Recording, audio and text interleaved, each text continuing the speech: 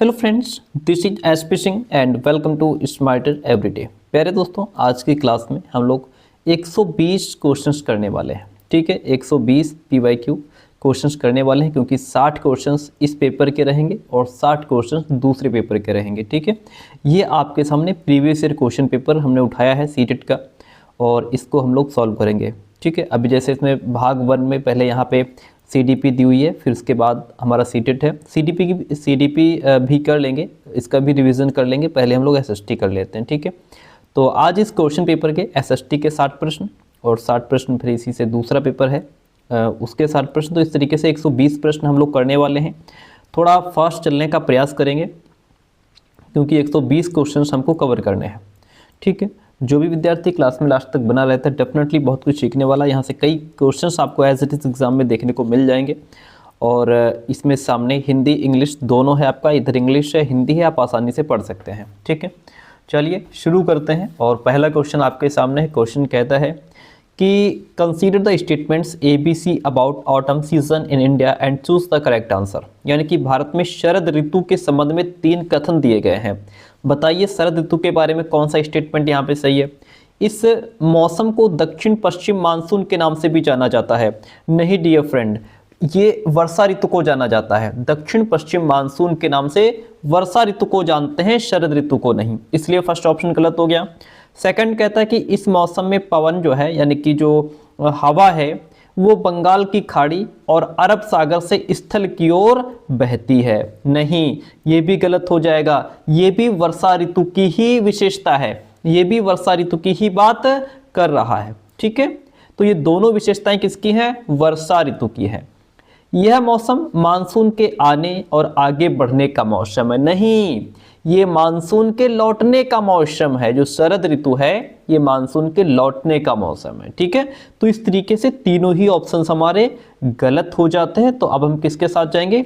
ABC सभी गलत हैं, ABC ऑल आर फॉल्स। ठीक है, हाँ ये याद रखिएगा कि ये जो दोनों विशेषताएं हैं ये वर्षा ऋतु की विशेषताएं हैं और जो शरद ऋतु है ये मानसून के लौटने का मौसम है।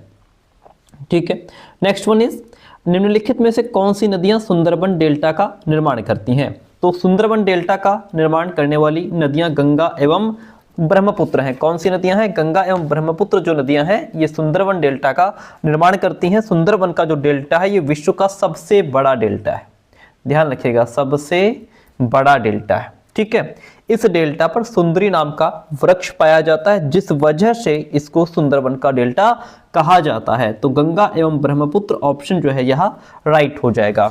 ठीक है, चलिए next question in front of you कहता है कि दिए गए लक्षण ए और बी के आधार पर वायुमंडलीय परत की पहचान करें।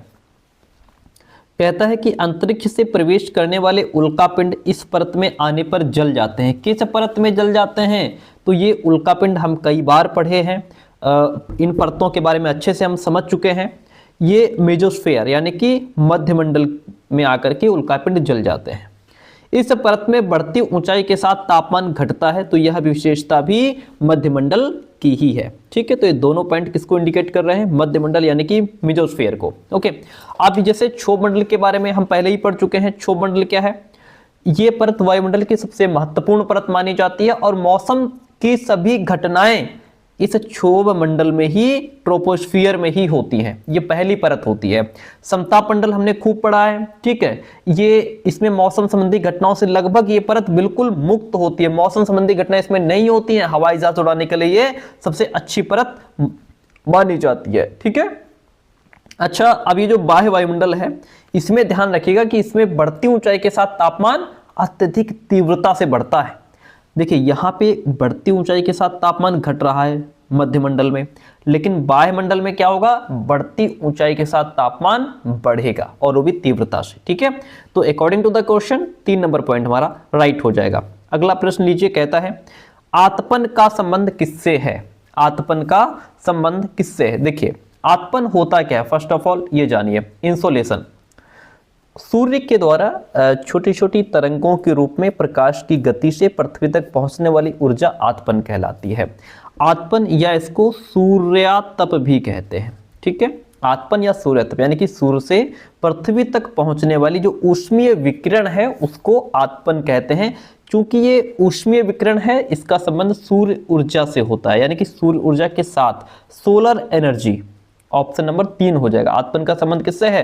सूर्य ऊर्जा के साथ में 7 से, क्योंकि सूर्य से पृथ्वी तक पहुंचने वाली ऊष्मीय विकिरण को ही हम सूर्यातप या फिर आतपन कहते हैं। इसलिए ऑप्शन नंबर आपका जो इसमें 3 रहेगा वह राइट हो जाएगा। नेक्स्ट क्वेश्चन लीजिए, एक से बढ़कर एक, और ये पीवाईक्यू ही हम कर रहे हैं, तो पूरा पीवाईक्यू देखिए। कहता है कि उचित विकल्पों के साथ निम्नलिखित का मिलान कीजिए। चलिए मिलान करते हैं भाई। शंकुधारी वन क्या होते हैं? शंकुधारी वन की क्या विशेषता है? शंकुधारी वन की विशेषता यह है कि इसमें नरम काष्ठ वाले सदाबहार वृक्ष पाए जाते हैं। ठीक है, आई बात शंकुधारी वन के, इसमें क्या होता है? नरम काष्ठ वाले सदाबहार वृक्ष पाए जाते हैं। ठीक है, जिनमें सॉफ्टवुड एवरग्रीन ट्रीज जिनको कहा जाता है। हमने कल ही शंकुधारी वन के बारे में पढ़ा था, जिसमें इस तरीके से पेड़ होता है, ऐसे पत्तियां उनकी नीचे की तरफ झुकी हुई होती हैं, वो शंकुधारी वन की विशेषता है। अगला है भूमध्य सागरीय वनस्पति। भूमध्य सागरीय वनस्पति की अगर हम बात करें तो ये महाद्वीपों का पश्चिमी एवं दक्षिणी पश्चिमी किनारा, ये देखिए 4 नंबर पॉइंट हमारा हो जाएगा। भूमध्य सागरीय वनस्पति का जो विस्तार है वो महाद्वीपों का पश्चिमी और दक्षिणी पश्चिमी भागों में 30 से 45 डिग्री अक्षांशों के बीच दोनों गोलार्धों की उपोष्ण कटिबंधीय जलवायु वाले क्षेत्रों में पाया जाता है। इसलिए बी ऑप्शन आपका 4 के साथ में जाएगा। अब बचता है सी, उष्ण कटिबंधीय सदाबहार वन। तो जो उष्ण कटिबंधीय सदाबहार वन है इनमें हार्डवुड ट्रीज होते हैं, यानी कि दृढ़ काष्ठ वाले वृक्ष जिनका तना काफी कठोर होता है, हार्ड लकड़ी होती है इनकी, वो उष्णकटिबंधीय सदाबहार वन होते हैं। फिर है शीतोष्ण सदाबहार वन, हमारा बचता है फर्स्ट वाला पॉइंट। तो शीतोष्ण सदाबहार वन ये महाद्वीपों का पूर्वी किनारा जो होता है, शीतोष्ण सदाबहार वन ये महाद्वीपों के पूर्वी किनारों पर पाए जाते हैं। तो इस तरीके से ये ऑप्शन राइट हो जाएगा। अगर मैं इसको इस तरीके से मिलाऊं, ए जाएगा 3rd के साथ में, तो हो गया हमारा ए जाएगा 3rd के साथ में और बी जाएगा 4 के साथ में, बी जाएगा 4 के साथ में, सी आपका गया है 2nd के साथ में, तो सी 2nd, डी 1 के साथ में। तो इस तरीके से हमारा ऑप्शन नंबर जो 2 रहेगा वो राइट हो जाएगा। बहुत अच्छा प्रश्न है, याद ना हो तो रट लीजिएगा बट छोड़िएगा नहीं। नेक्स्ट क्वेश्चन इस दिए गए कथन पर ध्यान दें, उचित विकल्प का चयन करें।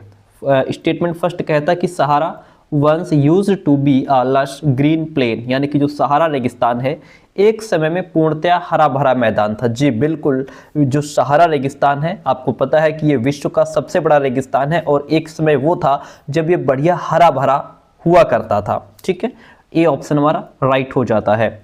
और कथन बी कहता है कि सहारा की गुफाओं से प्राप्त चित्र नदियां, मगर, हाथी, शेर, पशु तथा बकरियां दर्शाते हैं। सहारा की गुफाओं से जो प्राप्त चित्र है वो ये बताते हैं कि यहाँ पर कभी ये जानवर भी रहा करते थे। तो यहाँ पे ए और बी दोनों ही स्टेटमेंट हमारे सही हो जाएंगे। ठीक है, तो कुल मिलाकर के यहाँ पे क्या हो जाएगा कि ए और बी दोनों ही ऑप्शन सही हो गए। ठीक है, अब हम आगे बढ़ेंगे। चलिए नेक्स्ट क्वेश्चन कहता है डॉल्फिन के बारे में दिए गए कथन ए बी सी कथन पर विचार करें, सही विकल्प का चयन करें। देखिए, गंगा और ब्रह्मपुत्र नदी के अलवण जल में डॉल्फिन पाई जाती है। जी, डॉल्फिन जो है वो हमेशा फ्रेश वाटर में पाई जाती है, जल अलवणीय होता है। पॉइंट तो सही है हमारा। डॉल्फिन अभयारण्य बिहार के भागलपुर में स्थित है, ये भी सही है। डॉल्फिन की उपस्थिति से जल की शुद्धता का पता चलता है कि हेल्थ ऑफ द रिवर कैसी है, यानी कि रिवर की हेल्थ कैसी है, रिवर का पानी कैसा है, नदी कैसी है, ये उसका पता चलता है डॉल्फिन यदि वहां पे प्रेजेंट है तो। ठीक है, तो यहाँ पे तीनों ही ऑप्शन राइट हो जाएंगे, ए बी सी तीनों all are correct over here. ठीक है, अगला क्वेश्चन लीजिए। क्वेश्चन कहता है कि बायोगैस अनिवार्य रूप से निम्न में से किसका मिश्रण है? तो जो बायोगैस है यह किसका मिश्रण है? बायोगैस हमारी मीथेन और कार्बन डाइऑक्साइड का मिश्रण है। ठीक है, ऑप्शन फर्स्ट इसमें राइट हो गया। और अगर हम बात करें इसमें कि मीथेन का परसेंटेज क्या रहता है, इसमें किसका क्या परसेंटेज है, तो इसके देखिए बायोगैस के जो प्रमुख घटक हैं उसमें मीथेन आपकी होती है वही 55 से 75%। ठीक है, और कार्बन डाइऑक्साइड होती है आपकी 25 से लेकर के 50% तक। ठीक है, और कुछ मात्रा में आपका हाइड्रोजन, नाइट्रोजन और हाइड्रोजन सल्फाइड ये भी गैसें होती हैं, लेकिन मीथेन का जो परसेंटेज है वो ये रहता है और CO2 का परसेंटेज ये रहता है। ओके, चलिए फर्स्ट पॉइंट हमारा राइट हो गया। अगला नेक्स्ट वन इज संसाधन के बारे में कथन ए और बी पर विचार करें और सही उत्तर का चयन करें। Consider the statements A and be about resources and choose the correct answer. सभी संसाधनों का आर्थिक मूल्य होता है? नहीं, फर्स्ट पॉइंट हमारा गलत हो जाएगा। कुछ संसाधन ऐसे होते हैं जो बहुमूल्य होते हैं, उनका आर्थिक मूल्य निर्धारित नहीं किया जा सकता। जैसे कि पहले हमारे घर में दादी नानी के जो नुस्खे हुआ करते थे, है ना, बड़ी बड़ी बीमारियों को ठीक कर देते थे, जिनकी कोई वैल्यू नहीं, कोई पैसा नहीं, जिसका कोई आर्थिक मूल्य नहीं होता था। तो ऐसी चीज़ों का कोई मूल्य नहीं होता। और फिर आज भी प्रेजेंट में भी हमारे लिए कुछ ऐसी चीज़ें होती हैं, हम कहते हैं यार ये चीज़ हमें मिल जाए, भले कोई ये 100 रुपये की चीज़ है, हमसे कोई 500 ले ले, 1000 में ले ले, लेकिन ये चीज़ हमें मिल जाए, है ना। तो वहाँ पे उसका कोई आर्थिक मूल्य नहीं हुआ हमारे लिए, अगर वो चीज़ हमें मिल जाती है। तो कुछ चीज़ें होती हैं जिनका आर्थिक मूल्य, सभी संसाधनों का आर्थिक मूल्य नहीं होता। समय और प्रौद्योगिकी दो महत्वपूर्ण कारक हैं जो पदार्थों को संसाधन में परिवर्तित कर सकते हैं। बिल्कुल, टाइम एंड टेक्नोलॉजी इतना आगे बढ़ गई है कि वो किसी भी चीज़ को पदार्थ को संसाधन में परिवर्तित कर सकते हैं। ठीक है, तो बी ऑप्शन आपका राइट हो जाएगा। ए गलत है किंतु बी सही है, ए गलत है किंतु बी सही हो जाएगा आपका। ठीक है, option first one is the right one over here. अगला क्वेश्चन है, निम्न में से ऊर्जा के परंपरागत स्रोत के समूह की पहचान कीजिए। परंपरागत का मतलब ये होता है जो परंपराओं से चले आ रहे हैं, जो काफ़ी समय से चले आ रहे हैं। उसमें आपका खनिज तेल, प्राकृतिक गैस, ईंधन, oil, natural gas and firewood, ये क्या है, ये ऊर्जा के परंपरागत स्रोत माने जाते हैं। नेक्स्ट क्वेश्चन कहता है कि प्राकृतिक संसाधनों के प्रकार को उनके वर्गीकरण के साथ में मिलान कीजिए। चलिए इसको मिलाते हैं। कहता है कि इधर तो वर्गीकरण का आधार है, क्लासिफिकेशन बेसिस है, दूसरा रिसोर्स टाइप है, यानी कि संसाधन के प्रकार है।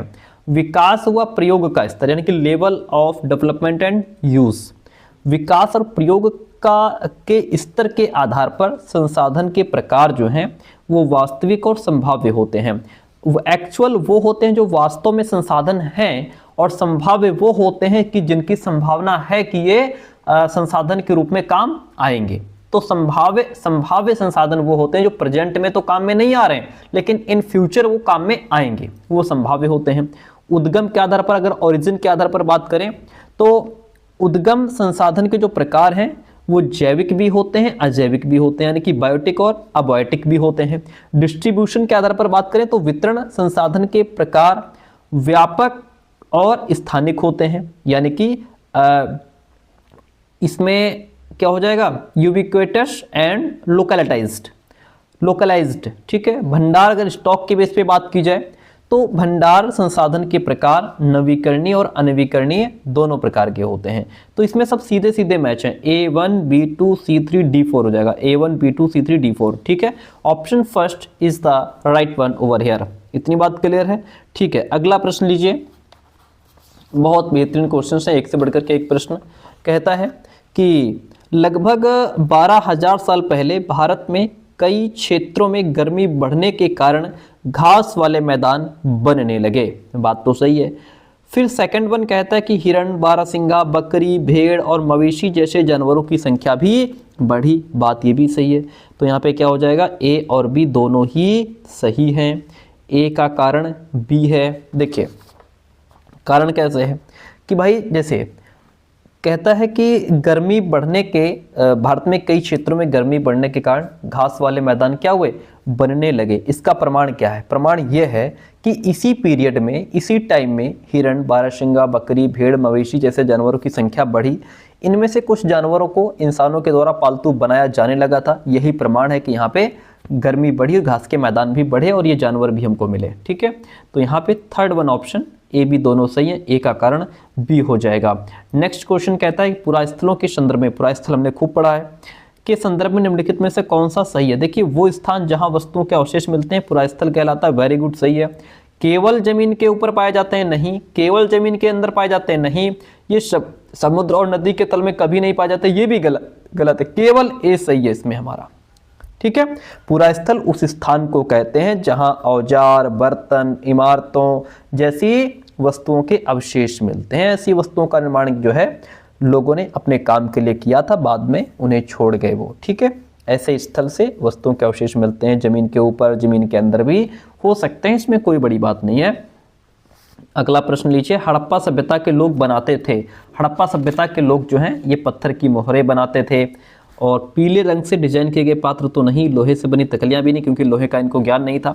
सोने से बर्तन भी बनाते थे। क्या करते थे? हड़प्पा सभ्यता के लोग पत्थर की मोहरें और सोने के बर्तन बनाते थे। तो इसमें ए एंड डी राइट हो जाएगा। क्या हो जाएगा इसमें? ए एंड डी ऑप्शन जो है राइट हो जाएगा। ओके, बहुत बेहतरीन प्रश्न है। अगला क्वेश्चन लीजिए, एक महापाषाण कब्र में 2 कंकालों के अवशेष मिले हैं, ये अवशेष थे। इन दोनों में से महिला के कंकाल का अनुमान लगाने हेतु क्या देखना होगा? अगर हमें यह अनुमान लगाना है कि इन कंकालों में से महिला का कंकाल कौन सा है, तो हम कैसे पता लगाएंगे? हड्डियों की संरचना के बेस पे? जी बिल्कुल, हड्डियों के द बोन ऑफ स्ट्रक्चर्स हमें बताएंगे कि ये स्त्री का कंकाल है, ये पुरुष का कंकाल है। ठीक है, कंकालों का आकार भी हमको बताएगा, और कंकालों के साथ मिले आभूषण, आभूषण से पता इसलिए नहीं लगेगा क्योंकि पहले पुरुष भी आभूषण पहनते थे। ठीक है, कंकालों के साथ मिले खाना पकाने के बर्तन से भी नहीं लगाया जा सकता। बेस्ट ऑप्शन ये है कि कंकाल की संरचना, क्योंकि ऐसा कहा जाता है, माना जाता है कि जो महिलाओं का कटी प्रदेश, जिसको कूल्हा कहते हैं, ठीक है, वो पुरुषों की तुलना में बड़ा होता है, तो उससे आइडिया लग जाता है कि ये महिला का कंकाल है, ये पुरुष का कंकाल है। तो ए और सी राइट हो जाएगा, ए और सी ऑप्शन आपका राइट हो जाएगा। नहीं, हाँ ठीक है, ए और सी ही राइट है, क्योंकि आभूषण से पता नहीं लग पाएगा ना, क्योंकि पुरुष भी तो आभूषण पहनते थे पहले। इतनी बात हो जाती है क्लियर। बहुत बेहतरीन क्वेश्चन है। क्वेश्चन कहता है कि arrange the following in ascending order starting from the earliest period. Earliest period से लेकर के हमें इसको सीक्वेंस में लगाना है। प्रारंभिक काल से शुरू करके आरोही क्रम में निम्नलिखित को सजाएं। वेदों की रचना की शुरुआत कब हुई? देखिए, वेदों की रचना की शुरुआत 1500 ईसा पूर्व, ध्यान दीजिए, 1500 ईसा पूर्व। ठीक है, महापाषाणों के निर्माण की जो शुरुआत है वो 1000 ईसा पूर्व हुई। कब हुई? 1000 ईसा पूर्व। इनाम गांव में कृषकों का निवास कब से हुआ? 600 ईसा पूर्व से इसके प्रमाण मिलते हैं। और चरक का जो जीवन काल था 300 ईसा पूर्व था। कब हो जाएगा? 300 ईसा पूर्व। तो इस तरीके से इसको अगर हम अरेंज करेंगे तो ये हमारा हो जाएगा इसमें ए बी सी डी, सारा सीक्वेंस में ए बी सी डी, इस तरीके से इसको हम लगा देंगे। ठीक है, option first is the right one in this question. Next question भी उसी टाइप का है। कहता है कि arrange the following in descending order, यानी बैकवर्ड। इसको हमें अवरोही क्रम में सजाना है। तो हमें पता होना चाहिए कि कौन सी चीज़ कब घटित हुई है, कब उसके कब प्रमाण मिलते हैं। जैसे लोहे के प्रयोग में बढ़ोतरी, नगर, आहत, सिक्के, इनका प्रमाण हमें 2500 वर्ष पहले मिलता है। कब मिलता है? 2500 वर्ष पहले। ठीक है, उपमहाद्वीप में लोहे के प्रयोग की शुरुआत कब हुई? 3000 साल पहले। कब हुई? 3000 साल पहले हुई। ठीक है, और अरिकामेडु पत्तन में बसना, इसकी जानकारी या इसके बारे में कब पता चलता है? 2200 से 1900 साल पहले हुआ ये, 2200 से 1900 साल पहले। संगम साहित्य रचना की शुरुआत कब हुई? संगम साहित्य की रचना की शुरुआत 2300 साल पहले हुई, 2300 साल पहले। ठीक है, अब इसको जब हम अरेंज करेंगे तो इसमें सबसे पहले आ जाएगा, ये 2300 साल पहले हुआ, ये 2200 साल पहले हुआ, तो सी पहले आ जाएगा, इसमें आ जाएगा सी पहले, फिर उसके बाद सी के बाद फिर 2300, उसके बाद में फिर 2500, फिर लास्ट में 3000 आएगा। ठीक है, इसमें सी डी ए बी हो जाएगा। क्या हो जाएगा? सी डी ए बी इसका सीक्वेंस हो जाएगा। कथन ए कहता है कि चोल मंदिर धार्मिक, सामाजिक एवं सांस्कृतिक जीवन के केंद्र थे। जी बिल्कुल, चोल मंदिर जो थे वो धार्मिक, सामाजिक, सांस्कृतिक जीवन के केंद्र थे। चोल कांस्य प्रतिमाएं देवी देवताओं की थी, पर कुछ प्रतिमाएं भक्तों की भी थी। पॉइंट ये भी सही है, दोनों ही बातें हमारी सही हैं, ए और बी दोनों सही हैं, किंतु ए का सही स्पष्टीकरण बी नहीं है। जो बी है वो ए को क्लैरिफाई नहीं कर रहा है, इसलिए हम ऑप्शन नंबर 4 के साथ में यहाँ पे चले जाएंगे। क्वेश्चन कहता है कि दिल्ली के सुल्तानों के समय तवारीख क्या है? तारीख का बहुवचन है, हमने इसको पढ़ा भी है। ठीक है, तवारीख क्या है? तारीख का बहुवचन है। दिल्ली के सुल्तानों के समय तवारीख के लेखकों ने जन्मसिद्ध अधिकार और लिंग भेद पर आधारित आदर्श समाज व्यवस्था बनाए रखने की सलाह दी। ये पॉइंट क्या है हमारा? ये सही है। ठीक है, उनके विचारों से सारे लोग सहमत होते थे? नहीं, उनके विचारों से सारे लोग सहमत नहीं होते थे। कुछ लोग अपना अलग विचार, अपनी अलग जो है अपना मत प्रकट करते थे। ठीक है, तो सारे उनसे सहमत नहीं होते थे, बी गलत हो जाएगा। क्या हो जाएगा? ए सही है किंतु बी गलत हो जाएगा। ठीक है, नेक्स्ट क्वेश्चन कहता है कि रजिया ने अपने अभिलेखों में अपना नाम पुरुषों जैसा लिखकर अपने पुरुष होने का भ्रम पैदा किया। नहीं, ए स्टेटमेंट गलत हो जाएगा क्योंकि ऐसा रजिया ने नहीं किया था। रानी रुद्रम्मा देवी जो थी काकतीय वंश की, उन्होंने अपने अभिलेखों में अपना नाम पुरुषों जैसा लिखवा करके अपने पुरुष होने का भ्रम पैदा किया था। कौन थी? रानी रुद्रम्मा देवी थी जो काकतीय वंश की थी, उन्होंने ऐसा किया था, इसलिए ए गलत हो जाएगा। तवारीख के लेखकों ने सामाजिक और लिंगभेद को आधार बनाकर यह तर्क दिया कि पुरुष स्त्रियों की तुलना में श्रेष्ठ होते हैं। ठीक है, क्योंकि जो बॉडी स्ट्रक्चर होता है उसमें भी पुरुष स्त्रियों की तुलना में श्रेष्ठ है। तो यहां पे क्या हो जाएगा हमारा ऑप्शन? ए तो गलत है किंतु बी सही है। क्या हो जाएगा? ए गलत है किंतु बी सही है। ठीक है, second one is the right one over here. अगला क्वेश्चन लीजिए। अकबर, जहांगीर और शाहजहां ने सुलह कुल यानी सर्वत्र शांति के विचार को शासन का सिद्धांत बनाया। ठीक है, ओके, ऑप्शन राइट है। सेकंड वन कहता है कि कथन बी, विभिन्न धर्मों से जुड़े हुए व्यक्तियों के साथ विचार विमर्श से अकबर की समझ बनी कि जो विद्वान धार्मिक रीति और मतांधता पर बल देते हैं वे अक्सर कट्टर होते हैं। पॉइंट ये भी सही है, और जो बी है वो ए का कारण भी है। तो ए और बी दोनों सही हैं, ए का कारण बी हो जाएगा। ठीक है, इतनी बात क्लियर है। आगे बढ़ेंगे, अगला प्रश्न लेते हैं। कहता है कि under the Delhi sultans and the Mughals the hierarchy between social classes decreased, यानी कि दिल्ली के सुल्तानों और मुगलों के काल में श्रेणीबद्ध समाज ज्यादा सरल हो गया। नहीं, इसको काट दो, ज्यादा जटिल हो गया। क्या हो गया? ज्यादा जटिल हो गया। अगर यहाँ पे जटिल लिखा होता तब ये पॉइंट हमारा राइट हो जाता, इसलिए ये क्या हो जाएगा? गलत हो जाएगा। जनजातीय समाज कई असमान वर्गों में विभाजित नहीं था। ये क्या है? ये सही है। तो ए गलत है किंतु बी सही हो जाएगा। A is false but B is true. इतनी बात होती है क्लियर। बहादुर शाह जफर ने मुखियाओं और शासकों को चिट्ठी लिखकर अंग्रेजों से लड़ने के लिए भारतीय राज्यों का एक संघ बनाने का आह्वान किया। हमने पढ़ा भी है। Very good, A is the right one over here. Bahadur Shah Zafar के 1857 के बगावत को अपना समर्थन देने के फैसले ने स्थिति रातों रात पीड़ित बगावतियों के पक्ष में बदल दी थी। बहुत सही बात है, दोनों ही पॉइंट सही हो जाते हैं। ए और बी दोनों सही है। ए ने बी को सुनिश्चित भी किया है। ठीक है, आगे बढ़ेंगे। नेक्स्ट वन इज औपनिवेशिक काल के दौरान महिलाएं जाति एवं सुधार के संदर्भ में निम्नलिखित में से कौन सा विकल्प गलत है? हमें इसमें क्या करना है? गलत ढूंढना है। पंडिता रमाबाई ने पूना में एक विधवा गृह की स्थापना की, ये तो सही है, हमें गलत ढूंढना है। प्राचीन ग्रंथों के ज्ञान से सुधारकों को नए कानून बनवाने में मदद मिली, जी बिल्कुल, राजा राममोहन रॉय ने भी जो पुराने धर्म ग्रंथ वगैरह थे उनसे हेल्प ली और दूसरे सुधारकों ने भी ऐसा किया। तो ये भी पॉइंट सही है, हमें गलत ढूंढना है। विद्यासागर ने विधवा विवाह का सुझाव दिया, ये भी सही है। प्रार्थना समाज ने केवल हिंदू धर्म ग्रंथों पर विचार विमर्श किया, ये पॉइंट गलत हो जाएगा क्योंकि प्रार्थना समाज ने हिंदू, इस्लाम, ईसाई, सिख सभी ग्रंथों पर विचार किया और एक सामंजस्य स्थापित करने का प्रयास किया, इसलिए ये गलत हो जाएगा। बाकी तीनों ऑप्शन हमारे राइट हैं और हमें गलत ही यहाँ पे ढूंढना भी था। तेलंगाना राज्य पहले भारत के किस राज्य का हिस्सा था? यानी कि the state of Telangana was earlier part of which state of India? तो जो तेलंगाना है यह पहले आंध्र प्रदेश, किसका? तेलंगाना राज्य पहले भारत के आंध्र प्रदेश राज्य का हिस्सा था। अगर आपसे पूछ ले किसकी स्थापना कब हुई, तो तेलंगाना की स्थापना भारत के 29वें राज्य के रूप में आंध्र प्रदेश से अलग करके 2 जून 2014 को हुई थी। ठीक है, तो ऑप्शन यहाँ पे जो आंध्र प्रदेश है वह राइट हो जाएगा। नेक्स्ट वन क्वेश्चन कहता है कि निम्नलिखित कथनों पर ध्यान दें और लोकतंत्र में संचार माध्यम की सही भूमिका का चयन करने की, यानी कि correct role of media in democracy. Democracy में करेक्ट रोल क्या है मीडिया का? इसे समाचार के माध्यम से नागरिकों को सूचना पहुंचानी चाहिए। जी बिल्कुल, समाचार के माध्यम से सिटीजन्स को जो है कि इंफॉर्मेशन को प्रोवाइड करना चाहिए। ये जो है कि करेक्ट रोल है मीडिया का। ठीक है, ये राइट हो जाएगा। इससे विज्ञापक के दृष्टिकोण, यानी कि जो एडवर्टाइजर है उसके दृष्टिकोण को समाचार कार्यक्रम के माध्यम से देनी चाहिए, ये तो पॉइंट गलत है, क्योंकि हम एडवर्टाइजर के पॉइंट ऑफ व्यू को समाचार कार्यक्रम के माध्यम से क्यों पहुंचाएंगे भाई, हटा दो इसको। इसे हर दृष्टिकोण की चर्चा करनी चाहिए।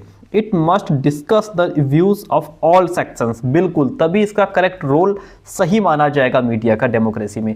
ए और सी इसमें राइट हो जाएंगे, क्या हो जाएगा, केवल ए और सी राइट हो जाता है। नेक्स्ट क्वेश्चन लेते हैं।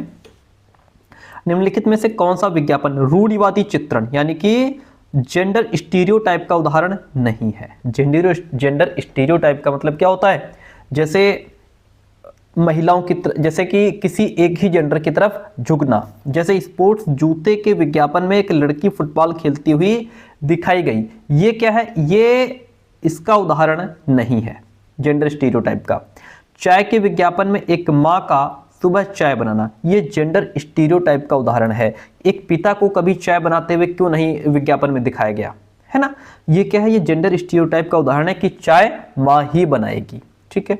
लिपस्टिक के विज्ञापन में एक महिला का मेकअप करना, अगर लिपस्टिक का विज्ञापन है तो उसमें महिला ही मेकअप क्यों कर रही है, कोई थर्ड जेंडर क्यों नहीं कर रहा है या पुरुष क्यों नहीं कर रहा है, इसका मतलब क्या है, ये जेंडर स्टीरियोटाइप का ही उदाहरण है, ये जेंडर स्टीरियोटाइप का उदाहरण है। गाड़ी के विज्ञापन में एक महिला को पति के द्वारा ऑफिस छोड़ा जाना, ये क्या है, ये जेंडर स्टीरियोटाइप का उदाहरण है। एक पति को महिला ऑफिस क्यों नहीं छोड़ने जा रही है, उसको क्यों नहीं दिखाया गया। ठीक है, तो ये सभी जेंडर स्टीरियोटाइप के उदाहरण है। लेकिन स्पोर्ट्स जूते के विज्ञापन में एक लड़की फुटबॉल खेल रही है, ये जेंडर स्टीरियोटाइप का उदाहरण नहीं है। Option first one is the right one in this question. आगे बढ़ते हैं। दिए गए लक्षण ए और बी के बेस पे महाद्वीप की पहचान करें। यह विश्व का सबसे छोटा महाद्वीप है। विश्व का सबसे छोटा महाद्वीप कौन सा है, आप सभी जानते हैं, ऑस्ट्रेलिया विश्व का सबसे छोटा महाद्वीप है, जो पूरी तरह से दक्षिणी गोलार्ध में स्थित है। ठीक है, किधर, दक्षिणी गोलार्ध में। ठीक है, यहाँ पे ये पूरा बना हुआ है, ये इस गोलार्ध में स्थित है, दक्षिणी गोलार्ध में। ठीक है, इसे द्वीपीय महाद्वीप भी कहा जाता है। किसको कहा जाता है, ऑस्ट्रेलिया को कहा जाता है।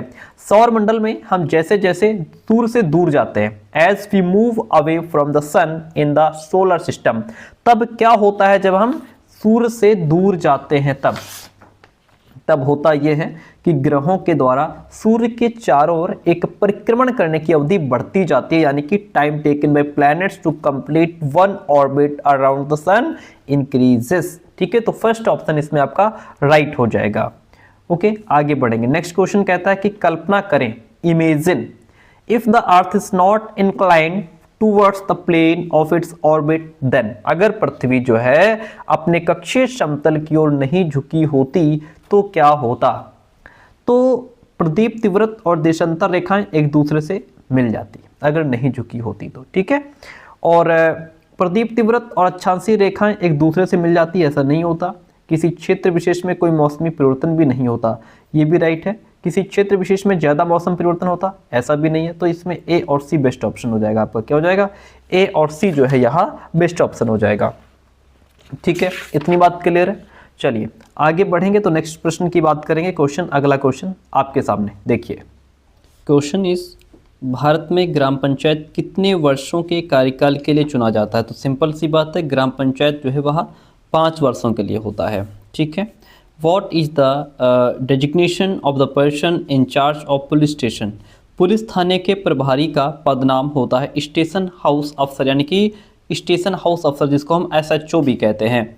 क्या कहते हैं, SHO भी कहते हैं। क्वेश्चन इज, हिंदू उत्तराधिकार अधिनियम में लाए गए 2005 के संशोधन ने निम्नलिखित में से क्या मुहैया करवाया। तो जो हिंदू उत्तराधिकार अधिनियम था 2005, उसमें क्या हुआ, इसमें जो महिलाएं थी, महिलाओं का पारिवारिक संपत्ति में बराबरी हिस्सेदारी का अधिकार हो गया। ठीक है, अब जो महिलाएं थी उनको भी अपने पति की संपत्ति में बराबरी की हिस्सेदारी मिलेगी। ठीक है, पहले ऐसा नहीं होता था। भारतीय संविधान की व्याख्या का अंतिम अर्थ निर्णायक किसे माना जाता है। Who is considered as the final interpreter of the Indian constitution. तो फाइनल जो इंटरप्रेटर होता है, अर्थ निर्णायक होता है, वह न्यायपालिका होती है, ज्यूडिशरी होती है। हमने इसको थ्योरी में खूब पढ़ा है। अत्याचार निवारण अधिनियम 1989 को निम्नलिखित में से कौन से समुदाय को न्याय दिलाने के लिए पारित किया गया था। कौन से समुदाय को, तो वह समुदाय था हमारा ट्राइबल्स एंड दलित्स, यानी कि आदिवासी और दलित जो समुदाय थे, इनको न्याय दिलाने के लिए अत्याचार निवारण अधिनियम 1989 को पारित किया गया था। ऑप्शन नंबर जो आपका थर्ड रहेगा वह राइट हो जाएगा। ऐसी राजनीतिक व्यवस्था जिसमें एक से ज़्यादा स्तर की सरकार हो उसे संघवाद अर्थात फेडरल कहा जा सकता है। क्या कहा जाता है? फेडरल यानी कि संघवाद कहा जाता है। इतनी बात होती है clear. Next question is in front of you, कहता है निम्नलिखित में से कौन सी नीति सामाजिक न्याय को प्रोत्साहित करती है? कौन सी नीति? सरकारी नौकरियों में सूचीगत दलित जाति के उम्मीदवार को आरक्षण देना, यह नीति सामाजिक न्याय को प्रोत्साहित करती है। बिल्कुल सही बात है, रिजर्वेशन की व्यवस्था है हमारे संविधान में। न्यूनतम मेहनताना कानून पारित करना यानी कि इनएक्टिंग मिनिमम वेजेस एक्ट, तो ये भी ठीक है, ये भी नीति सामाजिक न्याय को प्रोत्साहित करती है। ए और बी दोनों ऑप्शन यहाँ पे हमारे राइट हो जाते हैं। ओके, ए और बी दोनों राइट हो जाते हैं। क्वेश्चन इज कि नई दिल्ली के वास्तुशैली यानी कि architecture in a discussion on architecture of new Delhi यानी कि नई दिल्ली के वास्तुकला की चर्चा में एक शिक्षक को केंद्रित करना चाहिए। क्या केंद्रित करना चाहिए? कैसे पर्यटक इमारतों को देखते हैं ये करना चाहिए। ये इसमें कहाँ की बात हो गई भाई? नई दिल्ली के वास्तुकला की चर्चा आप कर रहे हैं, आर्किटेक्चर की चर्चा कर रहे हैं, उसमें पर्यटक इमारतें कैसे देखते हैं ये बताने क्या मतलब है? इमारतों को दूर से कैसे देखा जाना चाहिए? गलत है। उसकी शैली पुरानी दिल्ली की शैली से कैसे श्रेष्ठ है? कैसे यह ब्रिटिश महत्ता और विस्मय का भाव पैदा करता है? This is the best option. How it asserted British importance and created sense of ऑ। ठीक है, ये फोर्थ वन ऑप्शन जो है आपका राइट हो जाएगा। नेक्स्ट क्वेश्चन कहता है the teaching of history must be done with the focused objective of, यानी इतिहास शिक्षण का उद्देश्य केंद्रित होना चाहिए। यदि आप हिस्ट्री पढ़ा रहे हैं तो उसके पीछे क्या उद्देश्य होना चाहिए? भूतकाल में क्या घटित हुआ ये बताना है। क्या घटित हुआ, क्या सिर्फ यही बताना है हिस्ट्री में? भूतकाल में ये कैसे घटित हुआ ये याद रखना। उन मुद्दों की पहचान करना जो वर्तमान में भी क्या हैं? रेलिवेंट हैं। ये सही है। अधिगमकर्ताओं में क्रियात्मक क्षमता विकसित करना, यहाँ पे developing performing abilities of the learner, ये भी ठीक नहीं है। सबसे बेस्ट ऑप्शन ये है कि अगर हम हिस्ट्री पढ़ा रहे हैं तो तो हमारा उद्देश्य ये होना चाहिए कि हम उन मुद्दों की पहचान करें जो प्रेजेंट में भी रेलिवेंट हैं, जो प्रेजेंट में भी प्रासंगिक हैं। अगला क्वेश्चन कहता है समसामयिक मुद्दों अर्थात करंट अफेयर्स को सामाजिक विज्ञान की कक्षा में लाने का क्या उद्देश्य है? करंट अफेयर की क्या जरूरत है एसएसटी में? इसकी जरूरत है एक तो देश से जुड़े मुद्दों के प्रति रुचि को बढ़ावा देता है। देश से जो जुड़े मुद्दे हैं, आज क्या हो रहा है, कल क्या हो रहा है, ठीक है, ये current affair it is important. विश्लेषण और आलोचनात्मक मूल्यांकन करने का कौशल विकसित करता है और सनसनीखेज खबर मुहैया कराकर विषय के प्रति रुचि पैदा करता है। तो करंट अफेयर क्या सिर्फ सनसनीखेज देता है? सनसनीखेज का तो खास इंपॉर्टेंस यहाँ पे नहीं है। ए भी ठीक है। विद्यालय परिसर के अधिगम यानी लर्निंग और विद्यालय के बाहर की दुनिया को जोड़ने में अधिगमकर्ता की मदद करता है। It is also very important. A B D option आपके राइट हो जाएंगे। ए बी डी जो है वह सही है, बाकी ऑप्शन आपका सी वाला इसमें कट जाएगा। ठीक है, और बाकी क्लास के लास्ट में आप हमें बताएंगे कि इस तरीके से हम क्वेश्चंस रिवाइज कराएं आपको, या जो हम थ्योरी टैग करके और क्वेश्चन फोटो खींच के और पीडीएफ बना के आपको पढ़ा रहे थे थ्योरी टैग करके, वो ऑप्शन बेस्ट, वो तरीका ठीक है या ये तरीका ठीक है? आप बताएंगे जरूर। सामाजिक विज्ञान की कक्षा में समानता पर चर्चा करते समय उद्देश्य होना चाहिए। अगर आप इक्वलिटी पर चर्चा कर रहे हैं तो आपका उद्देश्य क्या होना चाहिए? हमारा उद्देश्य होना चाहिए अधिगमकर्ताओं के साथ गरिमा से जुड़े मुद्दों को संबोधित करना। Address issues of dignity with the learners, सभी का सम्मान करने के प्रति अधिगमकर्ताओं को संवेदनशील बनाना कि वो सभी का सम्मान करें, तभी तो समानता होगी। संविधान में परिलक्षित मूल्यों पर आधारित होना, ये समझाना कि हर तरह का अंतर असमानता की तरफ ले जाता है। ये असमानता पर चर्चा करते समय ये उद्देश्य तो नहीं होना चाहिए कि हम यही बताएं कि हर तरह का अंतर असमानता की तरफ ले जाता है। It is not good. A B C तीन ऑप्शन आपके इसमें सही हो जाते हैं। A B C are true in this question. आगे बढ़ेंगे। कक्षा और समाज में व्याप्त विविधता, ठीक है, क्या है? डाइवर्सिटी जो व्याप्त है, उसको संबोधित करने के लिए सामाजिक विज्ञान के टीचर को क्या चाहिए? जो समाज में डाइवर्सिटी व्याप्त है उसको संबोधित करने के लिए एक तो विभिन्न संस्कृतियों से जुड़े उदाहरणों को कक्षा की चर्चा में शामिल करें कि अलग अलग संस्कृति के जो अलग अलग संस्कृति से जुड़े जो उदाहरण हैं भाई, हमारे सभ्यता संस्कृति और जो दूसरे लोग हैं उनकी सभ्यता संस्कृति में कुछ ना कुछ अंतर होगा, हमारे रीति रिवाज और उनके रीति रिवाज में अंतर होगा, इसकी चर्चा कर सकते हैं। केवल उन्हीं उदाहरणों को लेना जो अधिकांश बहुमत के लिए प्रासंगिक हो, ऐसा तो नहीं है। और जहाँ केवल लग जाएगा वो तो आंसर वैसे भी हम वहाँ कान खड़े करके आंसर देंगे, बहुत कंसंट्रेट होकर के। अपने व्यक्तिगत अनुभवों को कक्षा में साझा करने के लिए विद्यार्थियों को प्रेरित करना, ये भी ऑप्शन हमारे पास है कि हम विद्यार्थियों को खड़ा करके उनके अपनी क्या राय है, उनके अपने क्या विचार हैं, हम उनको भी मौका दे सकते हैं। ए एंड सी आपका जो ऑप्शन है वो यहाँ पे राइट हो जाता है। आगे बात करेंगे सामाजिक विज्ञान में आकलन को बल देना चाहिए। देखिए आकलन को बल देना चाहिए, assessment in social science should जो है कि एम्फेसाइज, इसका मतलब ये होता है कि अपने अधिगम को, अपनी लर्निंग को विभिन्न दैनिक परिस्थितियों से जो डेली रूटीन में आती हैं उन परिस्थितियों से जोड़ने की अधिगमकर्ताओं की क्षमता का मूल्यांकन करना, evaluation of learners ability to extrapolate their learning to various life situations. तो ऑप्शन नंबर यहाँ पे जो 4 है यहाँ राइट हो जाता है। अगला क्वेश्चन कहता है द्वितीयक स्रोत का उदाहरण क्या होगा। द्वितीयक स्रोत का उदाहरण C.A. बेली द्वारा लिखित an illustrated history of modern India, ये लग रहा है कि द्वितीयक स्रोत का ही है। जेम्स मिल के द्वारा लिखित आ हिस्ट्री ऑफ ब्रिटिश इंडिया, ये तो प्राथमिक स्रोत माना जाएगा, भारत का संविधान प्राथमिक स्रोत है। अब निंद्रनाथ टैगोर की पेंटिंग, ये भी प्राथमिक स्रोत का उदाहरण है। C.A. बेली द्वारा लिखित an illustrate history of modern India, ये आपका सेकेंडरी में आ जाएगा, किसमें आ जाएगा, सेकेंडरी सोर्स में आ जाएगा, ठीक है। औपनिवेशिक भारत में स्त्री शिक्षा पर चर्चा करने के लिए, जो अंग्रेजों का जो समय था, जो औपनिवेशिक शासन था, उसमें स्त्री शिक्षा पर चर्चा करनी है कि उस समय स्त्रियों की शिक्षा क्या थी, क्या कंडीशन थी, क्या दशा थी, उस पर चर्चा करने के लिए विद्यार्थी निम्न आत्मकथाओं में से किसको संदर्भित कर सकते हैं। तो उस समय हमने पढ़ा जो रास सुंदरी देवी थी, कृत आमार जीवान करके जिन्होंने किताब लिखी थी, इसकी हम चर्चा कर सकते हैं। कैसे रास सुंदरी देवी छुप छुप करके पढ़ती थी, किताब का पन्ना उनको मिल जाता था, उससे वो पढ़ती थी बड़ा छुप छुप करके, तो ये आत्मकथा जो है सही है, हम इसको पढ़ सकते हैं, ठीक है। एनसीईआरटी में हमने रास सुंदरी के बारे में पढ़ा है।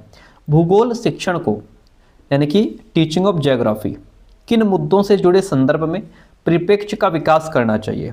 तो इसमें हमारा, अगर आप भूगोल पढ़ा रहे हैं तो उसमें हमारा संसाधन संरक्षण भी आएगा और विकास यानी कि डेवलपमेंट एंड डिस्प्लेसमेंट भी आएगा। विविधता में एकता से जुड़ी चुनौतियाँ, ये तो भूगोल में नहीं आएंगी, ये आपकी उसमें पॉलिटी में आएंगी।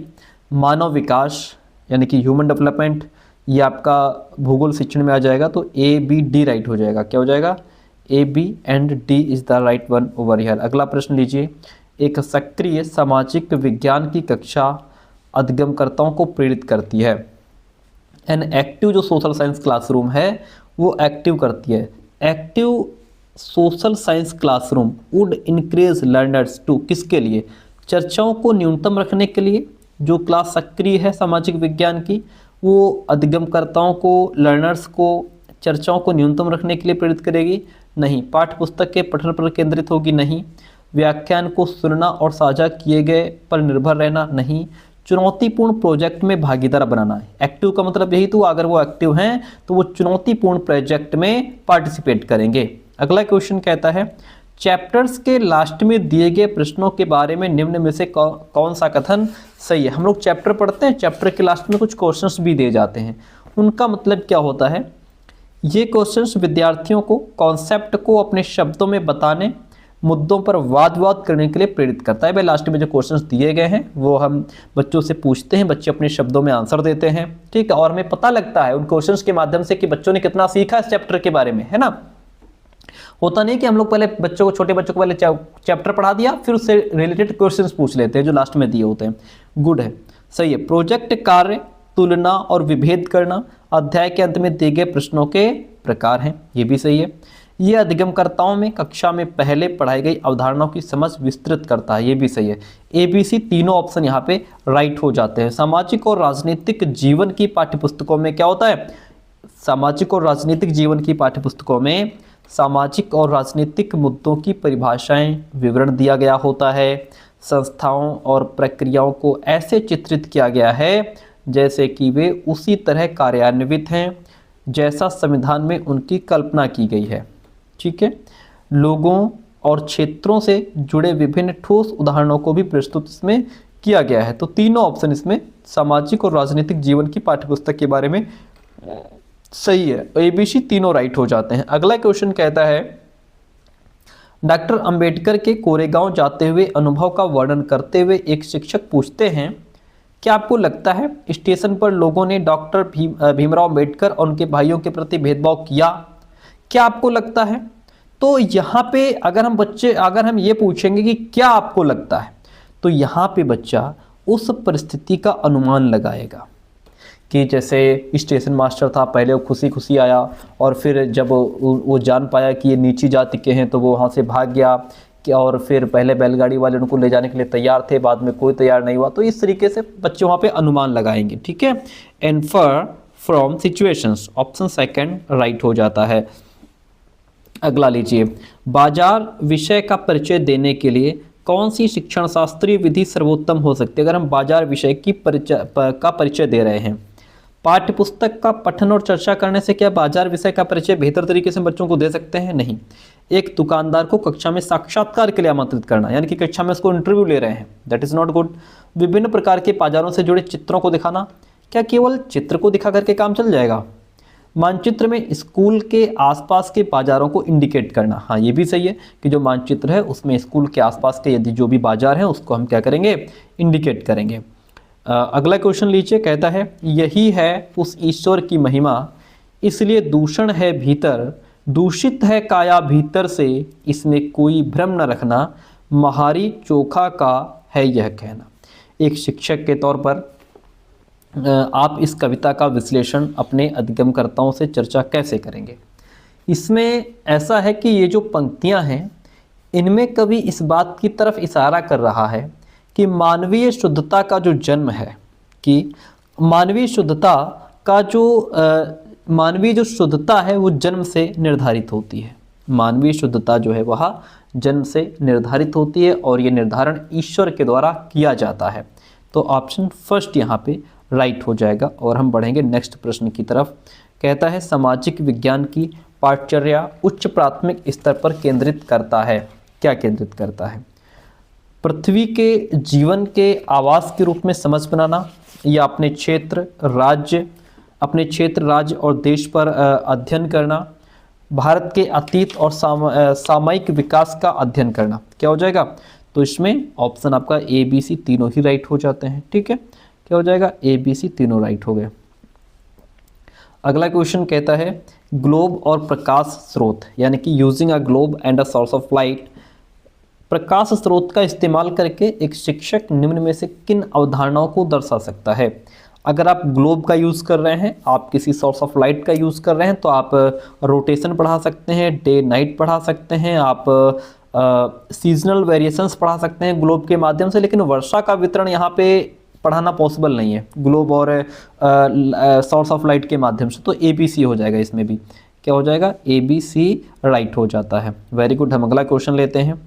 एक टीचर के तौर पर आप इतिहास के लोहा बनाने वाले और फैक्ट्री मालिक विषय पर चर्चा करते समय भूगोल की पाठ्यपुस्तक के किस चैप्टर के साथ इसका अंतर संबंध स्थापित कर सकते हैं?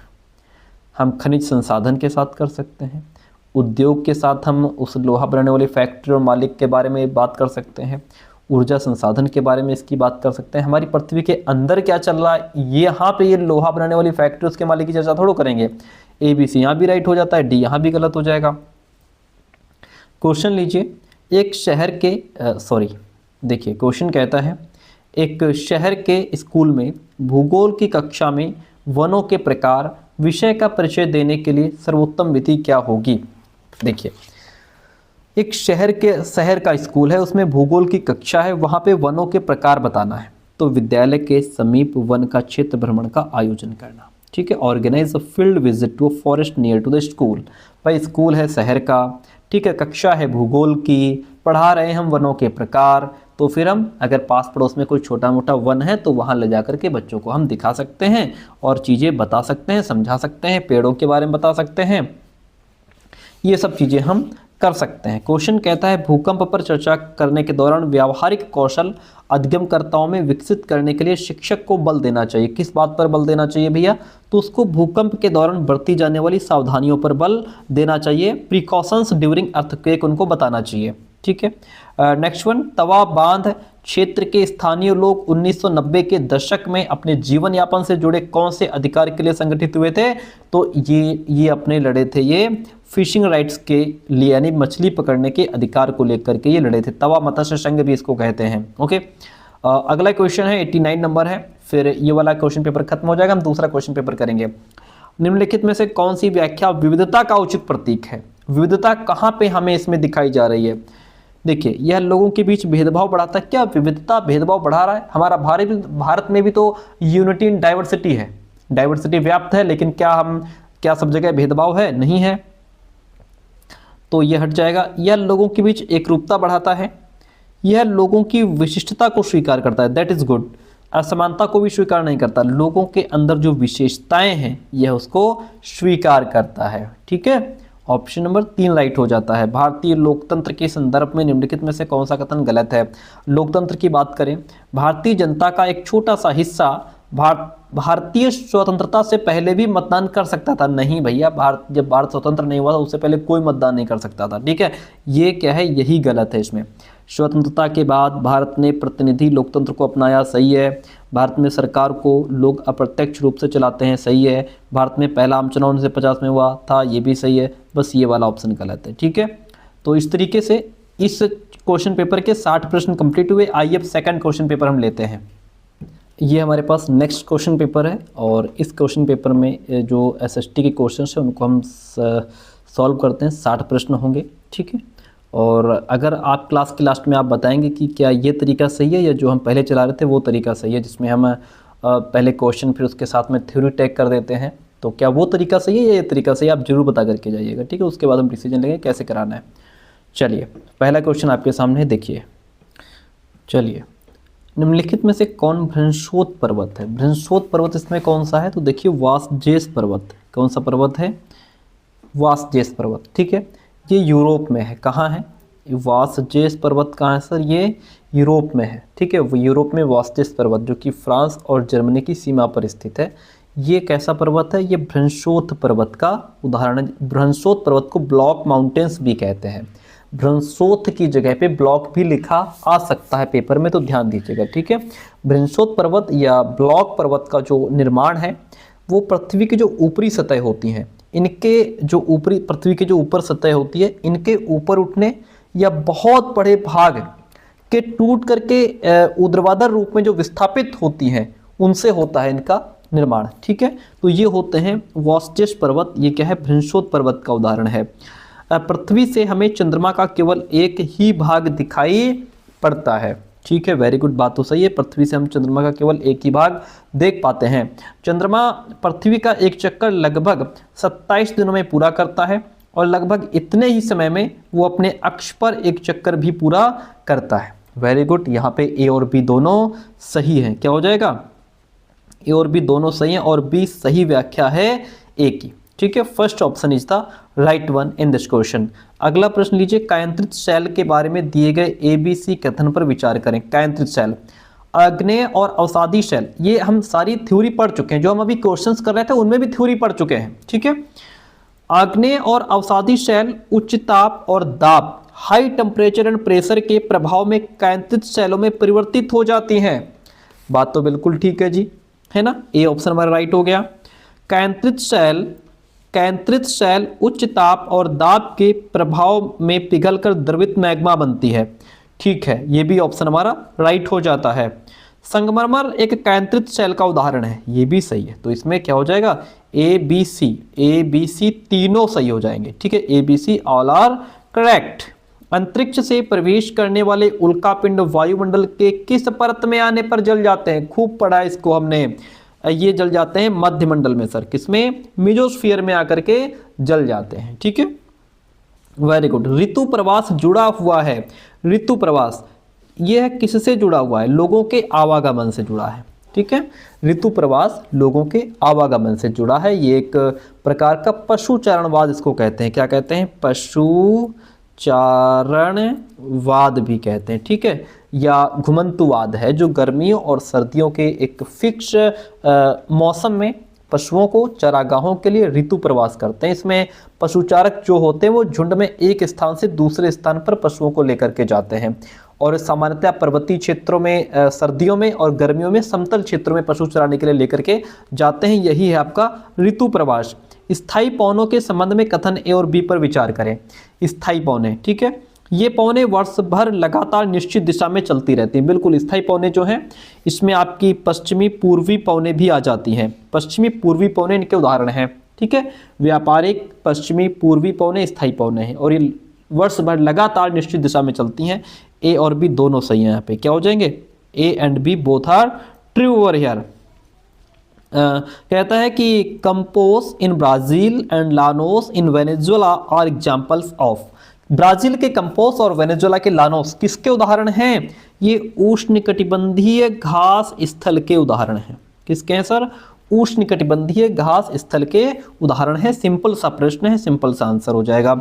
अगला प्रश्न लीजिए, कहता है जलवायु के संबंध में कथन ए और बी पर विचार करें, सही विकल्प का चुनाव करें। जलवायु के बारे में, जलवायु वायुमंडल में दिन प्रतिदिन होने वाला परिवर्तन है। क्या? देखिए, मौसम में परिवर्तन हो सकता है लेकिन जलवायु में नहीं। मौसम और जलवायु दोनों में अंतर होता है सर। क्लाइमेट और वेदर दोनों अलग अलग चीजें हैं।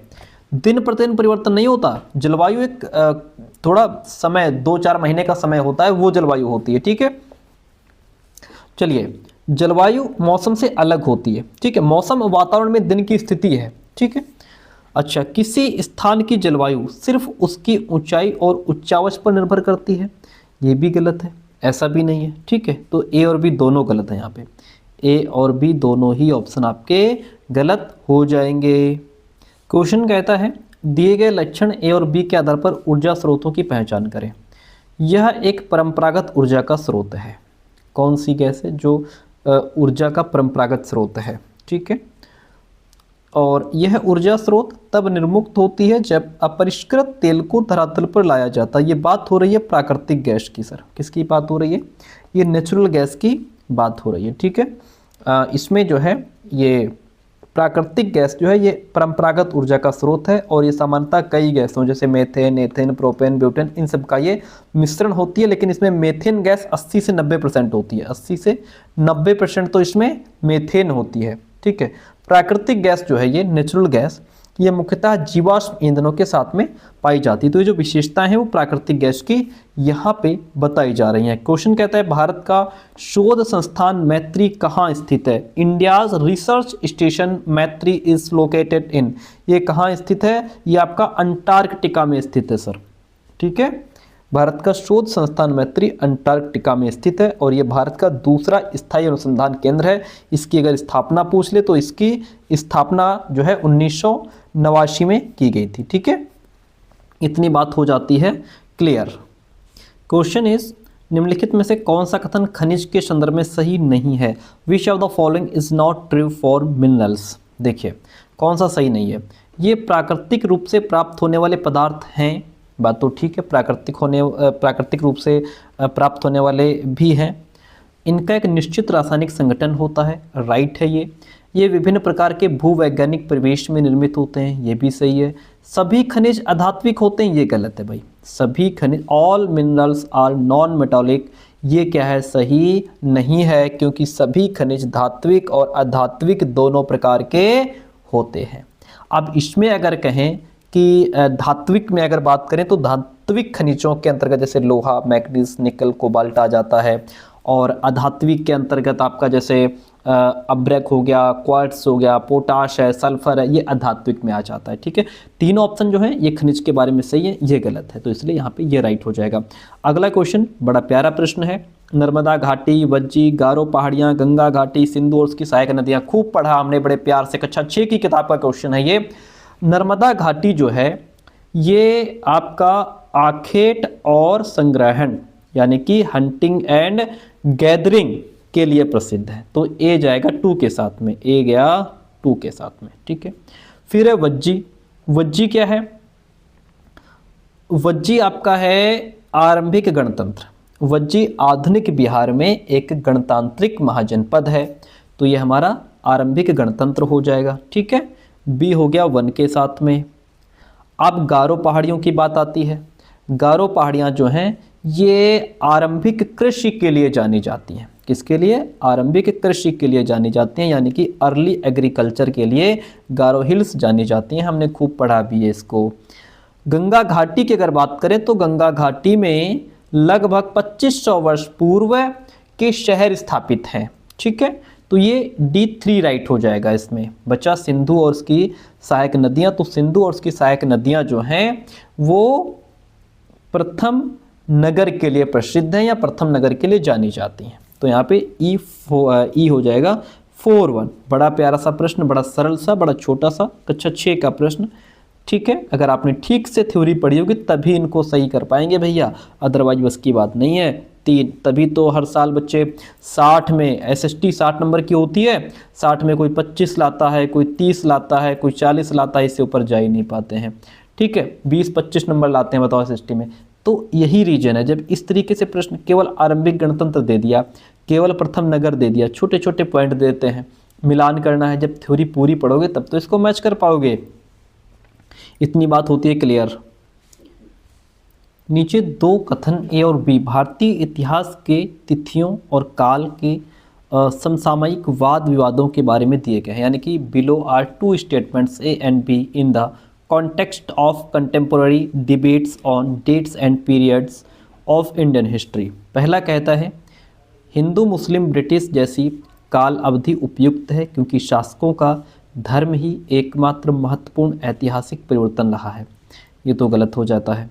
लंबी समय अवधि में घटित होने वाली ऐतिहासिक प्रक्रियाओं को निश्चित तिथियों और काल विभाजनों के अंतर्गत लाना समस्यात्मक है क्योंकि वो लंबी समय अवधि में घटित होने वाली ऐतिहासिक प्रक्रियाएं हैं और उनको हम एक सही डेट पर ले आएँ या उनके बारे में सही डेट हम पता कर पाएँ या उसको लिख पाएँ, तो ये थोड़ी समस्यात्मक है। बी सही है।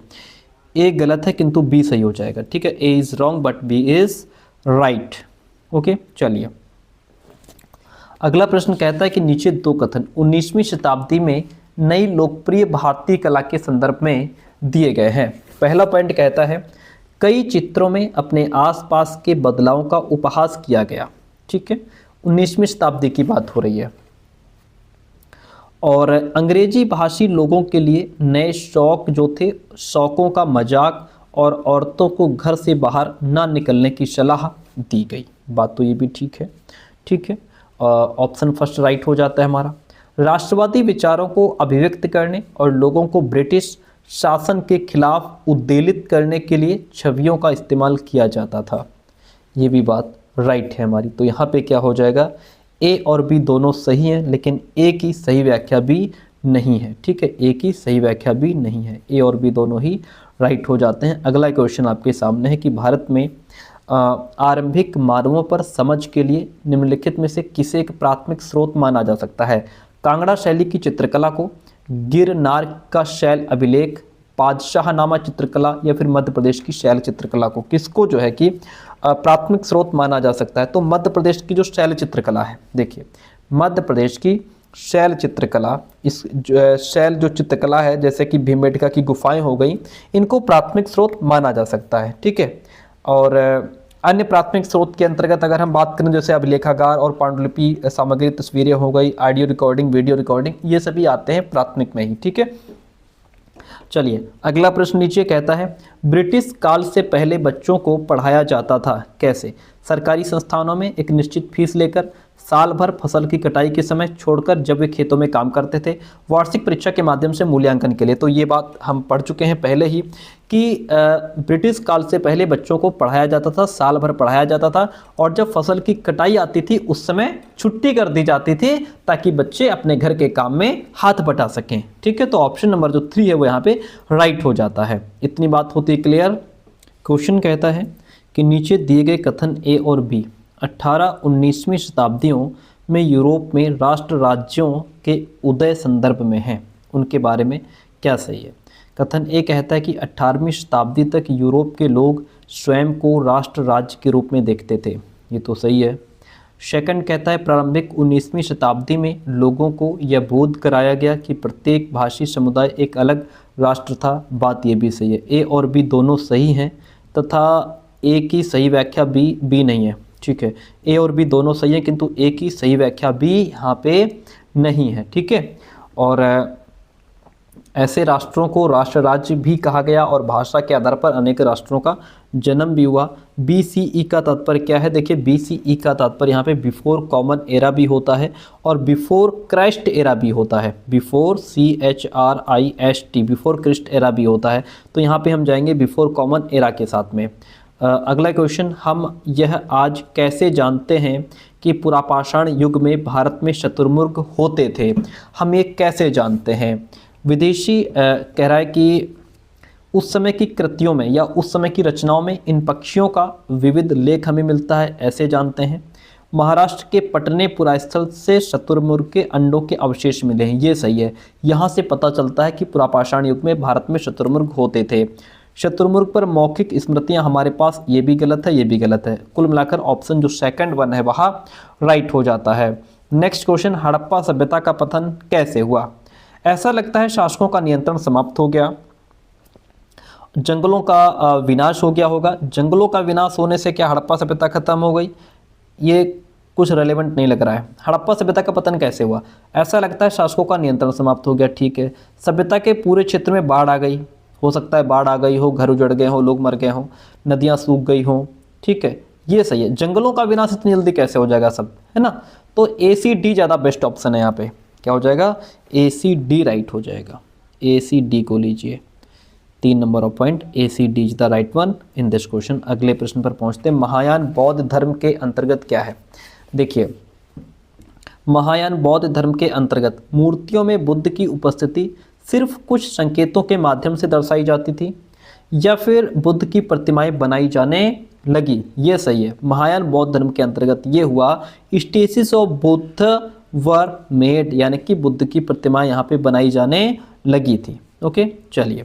खलजी और तुगलक वंश के अंतर्गत प्रशासन और समेकन के संदर्भ में क्या सही है? तो उपमहाद्वीप का काफ़ी बड़ा हिस्सा दिल्ली के सुल्तानों के अधिकार में रहा नहीं। गंगा के मैदानी इलाकों के घने जंगलों वाले क्षेत्र को पहली बार बैठा गया, नॉट गुड। दिल्ली से बंगाल जैसे सुदूर प्रांतों का नियंत्रण कठिन था, ये सही है, यही सही है। खिलजी और तुगलक वंश के अंतर्गत प्रशासन और समेकन के संदर्भ में यही सही है कि दिल्ली से बंगाल जैसे सुदूर प्रांतों का नियंत्रण यहाँ पे कठिन होता था। ओके, चलिए, इतनी बात होती है क्लियर। क्वेश्चन कहता है जनजातीय लोगों के इतिहास के पुनर्निर्माण में निम्न में से कौन सा कथन गलत है? Which of the following statement is incorrect in the historical reconstruction of tribal people? गलत ढूंढना है। समकालीन यानी कि जो उस समय के इतिहासकार और मुसाफिरों ने जनजातियों के बारे में बहुत कम जानकारी दी है, ये भी बात ठीक है, इसीलिए हमें उनके बारे में बहुत ज़्यादा जानकारी मिल भी नहीं पाती है, ये तो ठीक है, हमें गलत ढूंढना है।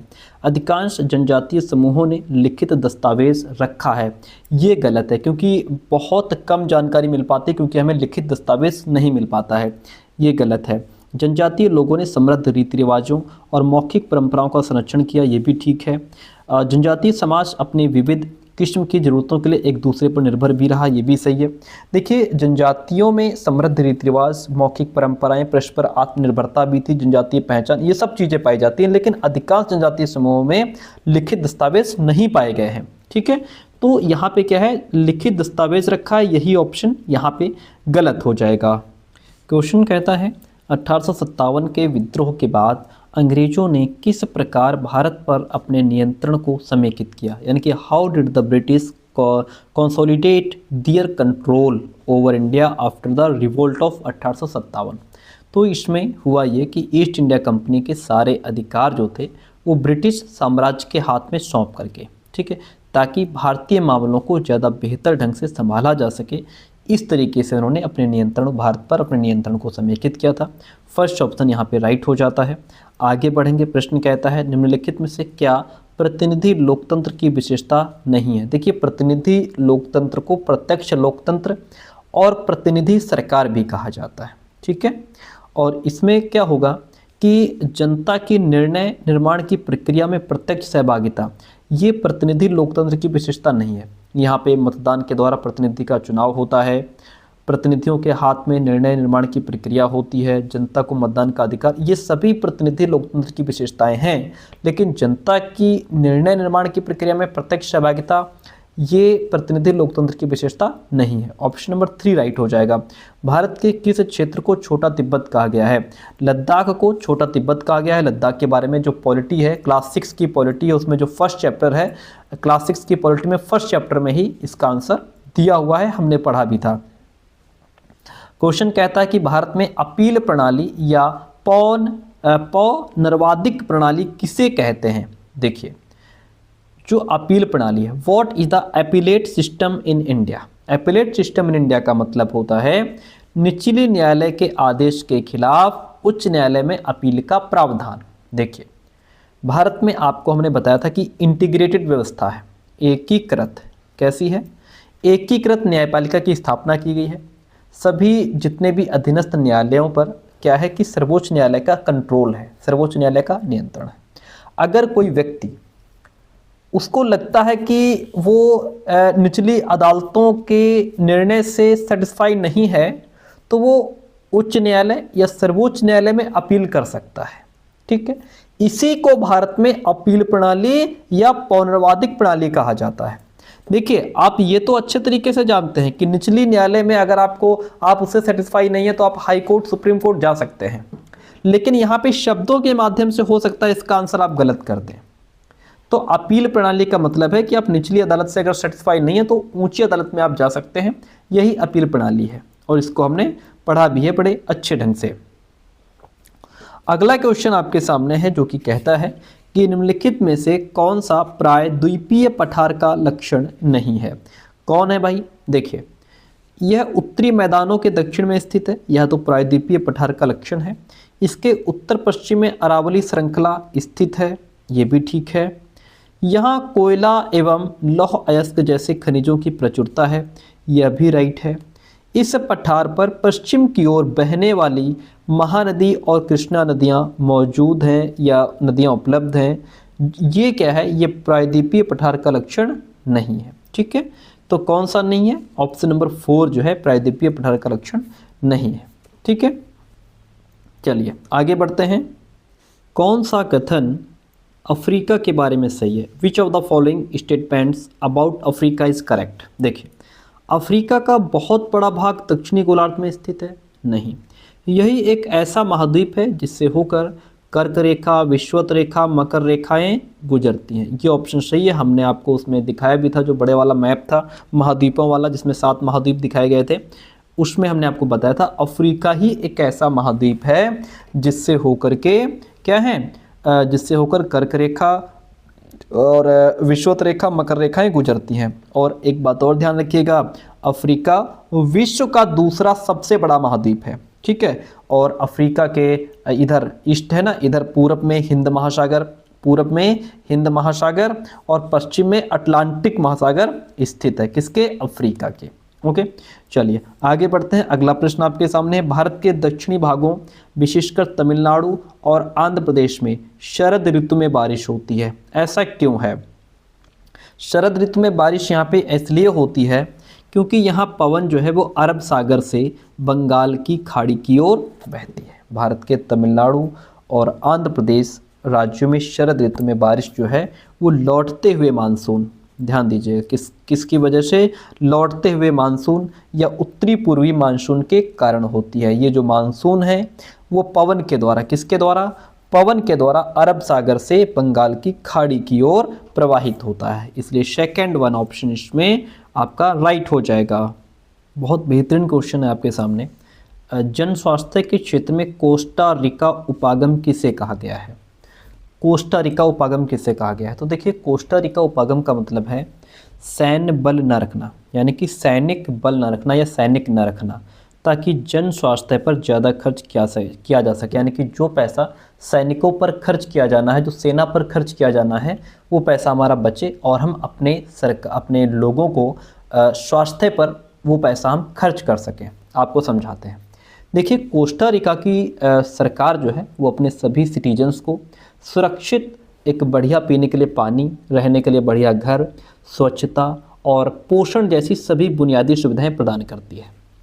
कोस्टा रिका की सरकार के लिए हेल्थ एक प्राथमिक एजेंडा माना गया है, यानी कि Costa Rica point of view से अभिप्राय ये है कि जो स्थानीय सेना और रक्षा बजट है उसको समाप्त किया जाए, यानी कि सेना पर जो पैसा खर्च किया जाता है, जो रक्षा पर पैसा खर्च किया जाता है, वो यहाँ पे समाप्त होना चाहिए। और वो जो पैसा बचे जिसके अंतर्गत देश अपने नागरिकों की जो मूलभूत सुविधाएं हैं उन पर वो पैसा खर्च हो, जैसे शिक्षा पर पैसा खर्च होना चाहिए, स्वास्थ्य पर पैसा खर्च होना चाहिए, रहने की व्यवस्था पर पैसा खर्च होना चाहिए, ठीक है, पीने के पानी पर पैसा खर्च होना चाहिए। इसलिए इसी को यही कोस्टा रिका उपागम है, ठीक है। ऑप्शन नंबर 3 यहाँ पे राइट हो जाएगा। अगला प्रश्न आपके सामने कहता है कि 1997 में भारतीय उच्चतम न्यायालय ने विशाखा निर्देश की रचना महिलाओं को डैश यौन उत्पीड़न से बचाने के लिए की। तो 1997 में भारतीय उच्चतम न्यायालय ने विशाखा निर्देश की जो रचना है वो महिलाओं को कार्य स्थलों पर, कहाँ, एट वर्क प्लेसेस, जो उत्पीड़न होते हैं उनसे बचाने के लिए की थी। Option number 2 is the right one over here. निम्नलिखित में से कौन भारत में एक राज्य के राज्यपाल की नियुक्ति करते हैं? एक राज्य के राज्यपाल की नियुक्ति केंद्र सरकार के माध्यम से की जाती है। किसके माध्यम से की जाती है? केंद्र सरकार के माध्यम से की जाती है, ठीक है। कौन ग्रामीण प्रशासनिक अधिकारी नहीं है? पटवारी ग्रामीण प्रशासनिक अधिकारी होता है, भूमि रिकॉर्ड अधिकारी जिसको लैंड रिकॉर्ड ऑफिसर या लेखपाल, ये सभी ग्रामीण प्रशासनिक अधिकारी हैं। लेकिन जो म्यूनिसिपल वार्ड काउंसलर होता है, नगर निगम वार्ड काउंसलर, ये ग्रामीण प्रशासनिक अधिकारी क्या है? नहीं है। Okay, very good. क्वेश्चन कहता है भारतीय उच्चतम न्यायालय द्वारा दिए गए डी.के. बासु निर्देश क्या हैं? What are the D.K. Basu guidelines which were laid down by the Supreme Court of India? इसका मतलब क्या है?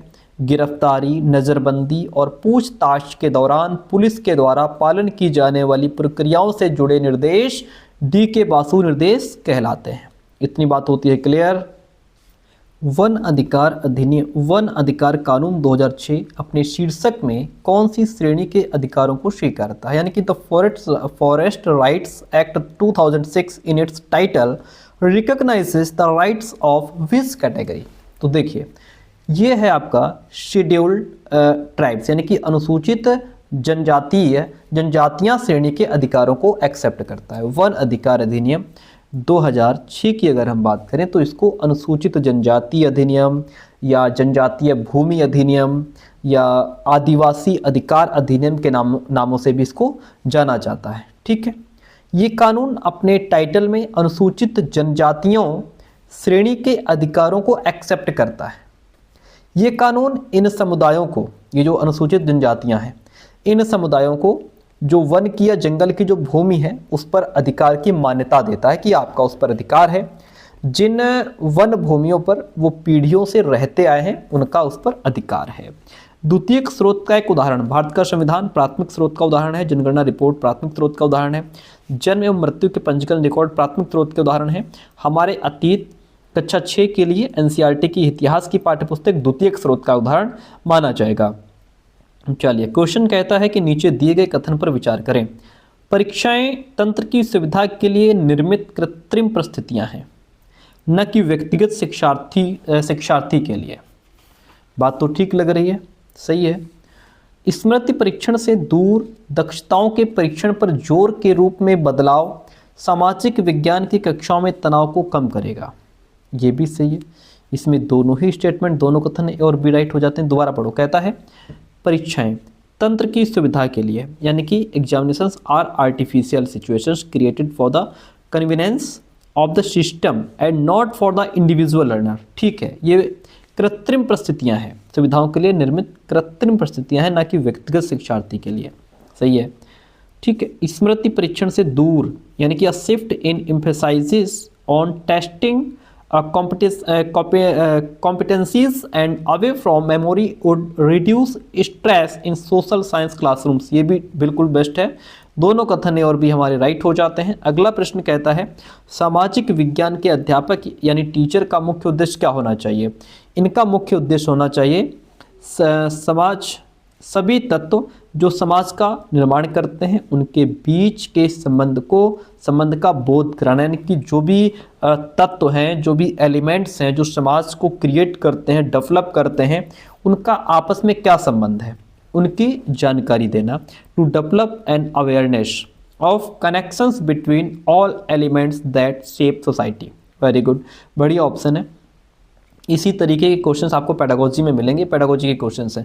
सामाजिक विज्ञान में आकलन का मुख्य उद्देश्य क्या है? The primary purpose of assessment, जो आप असेसमेंट कर रहे हैं उसका मुख्य उद्देश्य क्या है? उसका मुख्य उद्देश्य है पाठ्यपुस्तकीय ज्ञान को याद करने की क्षमताओं का परीक्षण और सभी शिक्षार्थियों के लिए परीक्षा के तनाव को कम करना। देखिए, याद करने पर जोर आप कहीं भी, कभी भी, किसी भी कंडीशन में नहीं करेंगे, हटा दो इस ऑप्शन को। शिक्षार्थियों को वर्गीकृत करने की बात आप नहीं करेंगे, चिन्हित करने की बात नहीं करेंगे। शिक्षार्थियों के बीच सामाजिक विभेद को नहीं दर्शाएंगे। शिक्षार्थियों को प्रतिपुष्टि, यानी कि टू गिव लर्नर्स फीडबैक, शिक्षार्थियों को प्रतिपुष्टि देना और मानक स्थापित करना। And setting standards for them, मानक स्थापित करना जिनको पाने के लिए वे प्रयास कर रहे हैं। ये जो है आकलन का मुख्य उद्देश्य होना चाहिए। अगला क्वेश्चन कहता है सामाजिक विज्ञान की कक्षा में फिल्मों को एक प्रभावी शैक्षणिक टूल या उपकरण के रूप में उपयोग किया जा सकता है। क्यों किया जा सकता है?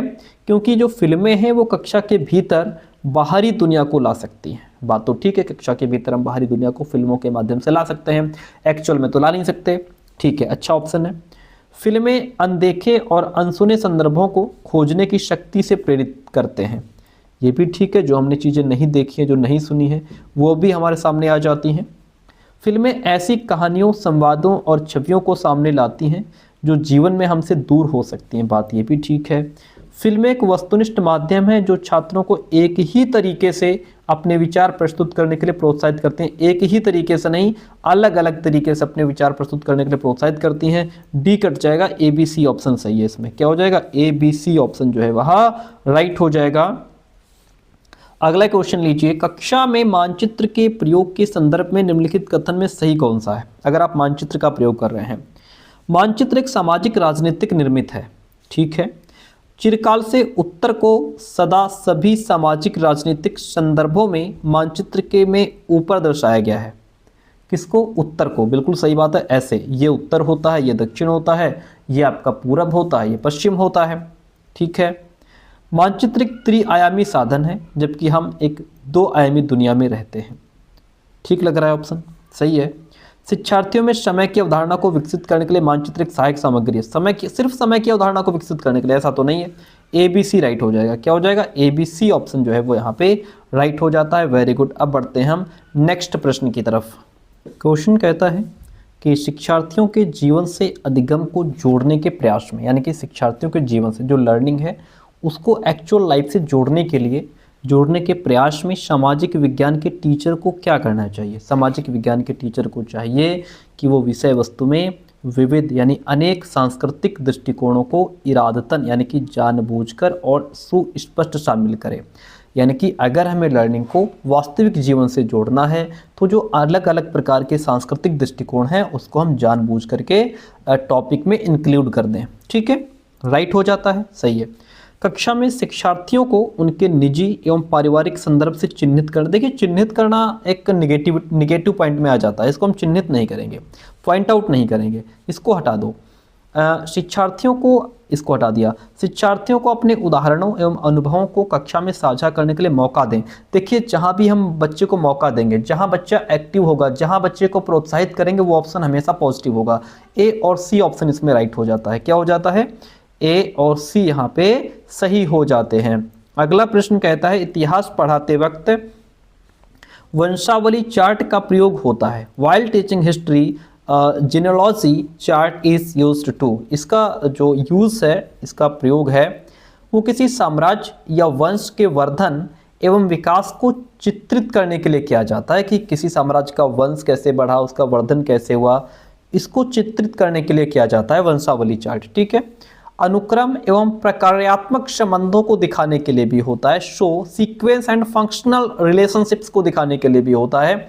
और एक कालक्रमिक रूपरेखा देने के लिए यानी कि प्रोवाइड अ क्रोनोलॉजिकल फ्रेमवर्क दिखाने के लिए भी हम किसका यूज करते हैं, जीनियोलॉजी चार्ट का यूज करते हैं। शिक्षार्थियों में स्थान की अवधारणा वंशावली चार्ट से कोई मतलब नहीं है, इसको हटा दो। ABC राइट हो जाएगा। क्या है, ABC हमारा ऑप्शन सही हो जाता है। प्रश्न कहता है दृष्टिबाधित, ऐसे बच्चे जिनको दिखाई नहीं देता। शिक्षार्थियों के साथ, दृष्टिबाधित बच्चों के साथ काम करते समय एक सामाजिक विज्ञान के टीचर को किस प्रकार से टीचिंग लर्निंग प्रोसेस में अनुकूल करना चाहिए। यथोचित विराम और पुनरावृत्ति के साथ स्पष्ट और उच्च आवाज में बोलना, क्योंकि बच्चों को क्या है, बच्चों को दिखाई नहीं दे रहा है। ठीक है, बच्चे कैसे हैं, दृष्टिबाधित हैं, तो वहां पे आप क्लियरली बोलिए, लाउडली बोलिए, क्योंकि वो सुन करके ही अधिगम करेंगे। फिर कहता है विविध प्रकार के आकर्षक दृश्यों वाले कार्यपत्रों का प्रयोग करना। भाई आप देखने वाली चीज़ों का उनके लिए कोई मतलब नहीं है, तो इनका प्रयोग आप क्यों करेंगे, हटा दो इसको, बी को हटा दिया। सी कहता है मौखिक संकेतों के द्वारा कल्पना करने के अवसरों को उत्पन्न करना। Give verbal clues to create opportunities to imagine. हाँ, मौखिक संकेत की बात हम यहाँ पे कर सकते हैं। सी सही है, ए सही है। कक्षा में चर्चा के दौरान टैक्टाइल यानी स्पर्श करने वाली सामग्री को शामिल करना, ये सही है, क्योंकि बच्चे टच करके फील कर पाएंगे, समझ पाएंगे, जान पाएंगे, तो ये आप लगा सकते हैं। मौखिक संकेत हो गया, यहाँ पे स्पष्ट आवाज़ में बोलना ठीक है, दृश्यों का मतलब हट कोई नहीं है उनके लिए। ACD राइट हो जाएगा। क्या हो जाएगा, ACD ऑप्शन जो है वहाँ राइट हो जाता है। हम बढ़ते हैं नेक्स्ट प्रश्न की तरफ। अगला क्वेश्चन, सामाजिक विज्ञान शिक्षण में प्रोजेक्ट विधि के कथनों पर विचार करें।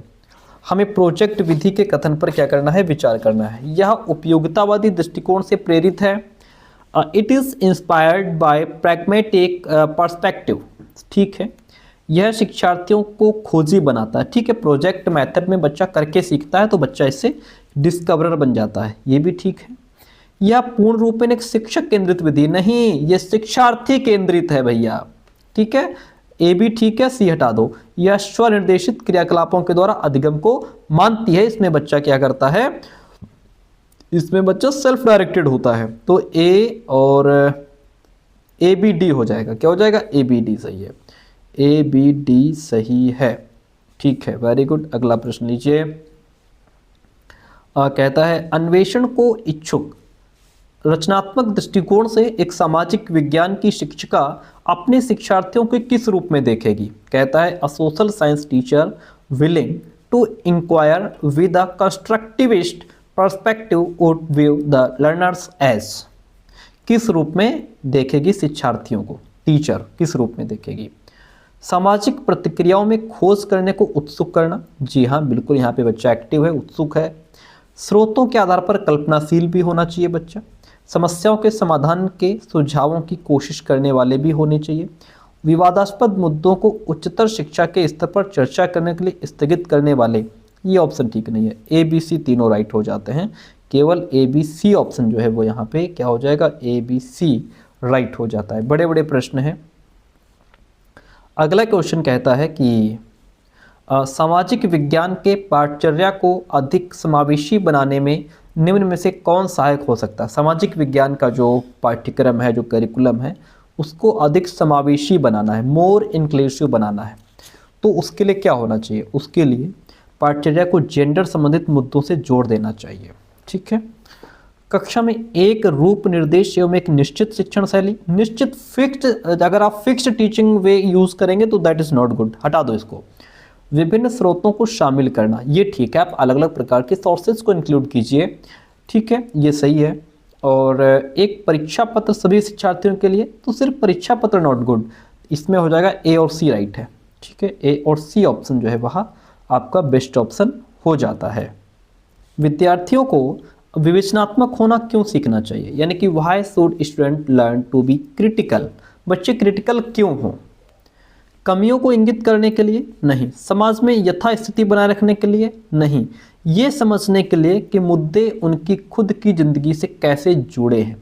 To understand how issues are related to their own lives. ये क्या है, इसके लिए बच्चों को क्रिटिकल होना चाहिए, इसलिए option number 3 is the right one over here. निम्नलिखित उदाहरणों में से विविधता को दर्शाने वाले उदाहरण का चयन करें। ऐसी लाइन आपको ढूंढनी है जो डाइवर्सिटी को इंडिकेट कर रही हो, दिखा रही हो।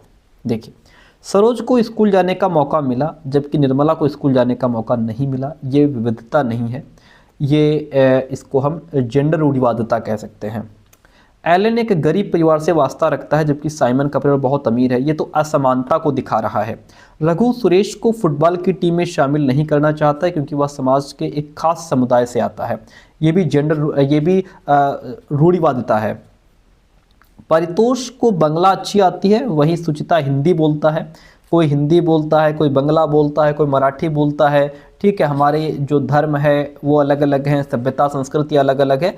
ये सभी विविधता को दर्शाने वाले उदाहरण हैं। अगला क्वेश्चन लीजिए। एक स्कूल के सामाजिक विज्ञान के शैक्षणिक भ्रमण में जीरो, बोमडिला, नमदाफा, राष्ट्रीय उद्यान, तवांग, लिसांग गांव को शामिल किया गया। किस माध्यम से विद्यार्थियों को आप भ्रमण किए गए 2 राज्यों को इंगित करने को कहेंगे? तो वो कौन से 2 राज्य होंगे? तो वो होंगे अरुणाचल प्रदेश और मणिपुर एक मानचित्र पर, अरुणाचल प्रदेश और मणिपुर। ठीक है, चलिए आगे बढ़ते हैं। अगला क्वेश्चन आपके सामने। क्वेश्चन कहता है contemporary understanding of social science pedagogy increases teachers to do all of the following except का मतलब केवल इसको छोड़कर बाकी जो है कि वो समसामयिक समझ के संदर्भ में उचित हैं। किसको छोड़ करके? देखिए, शिक्षार्थियों को दूसरों के स्थानीय अनुभवों को पढ़ने और स्वयं के अनुभवों को खोजने के लिए, ये क्या है? ये समसामयिक समझ के संदर्भ में उचित है। ये contemporary understanding of social science के लिए सही है। ओके, प्रश्नों के समान उत्तर देने के लिए शिक्षार्थियों को प्रोत्साहन देना जिससे कि सभी बेहतर बन सकें, ये समसामयिक समझ, ये सामाजिक विज्ञान की समसामयिक समझ प्रश्नों के समान उत्तर देने के लिए शिक्षार्थियों को प्रोत्साहित नहीं करती है। इसको हटा दो। शिक्षार्थियों को दिए गए विषय वस्तु पर या दिए गए टॉपिक पर प्रश्न बनाने की क्षमता के लिए प्रशंसा करना और उसे अधिगम की जांच के लिए वैध स्वीकार करना, वैलिड स्वीकार करना, ये भी कंटेम्प्रेरी अंडरस्टैंडिंग के अंतर्गत आता है, समसामयिक समझ के संदर्भ में उचित है। शिक्षार्थियों को कक्षा में विकसित ज्ञान को मूर्त परिस्थितियों में उपयोग करने के लिए अवसर देना, ये भी समसामयिक समझ के संदर्भ में उचित है। बस जो सेकंड ऑप्शन है, इट इज़ नॉट गुड।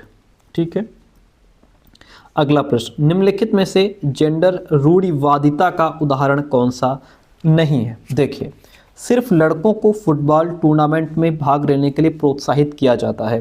क्या ये जेंडर रूढ़िवादिता का उदाहरण नहीं है? ये जेंडर रूढ़िवादिता का उदाहरण है। इसका मतलब है कि लड़कियां फुटबॉल नहीं खेल सकती, है ना? ये जेंडर रूढ़िवादिता का उदाहरण है।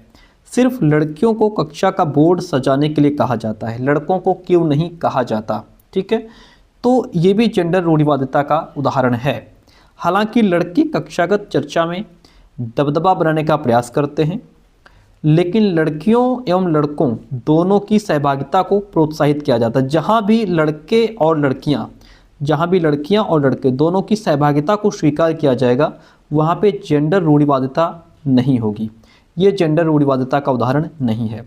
कक्षा में अनुशासन बनाए रखने के लड़कों एवं लड़कियों को अलग अलग पंक्तियों में बैठाना, तो आप अलग अलग जो कर रहे हैं ना, ये जेंडर रूढ़िवादिता का उदाहरण है। सारे हैं, बस ये नहीं है। ओके, इतनी बात क्लियर हो जाती है। अगला प्रश्न लीजिए। सामाजिक विज्ञान शिक्षण को प्रभावी बनाने के लिए क्या आवश्यक होगा? सामाजिक विज्ञान शिक्षण को अगर प्रभावी बनाना है तो उसके लिए क्या आवश्यक होगा?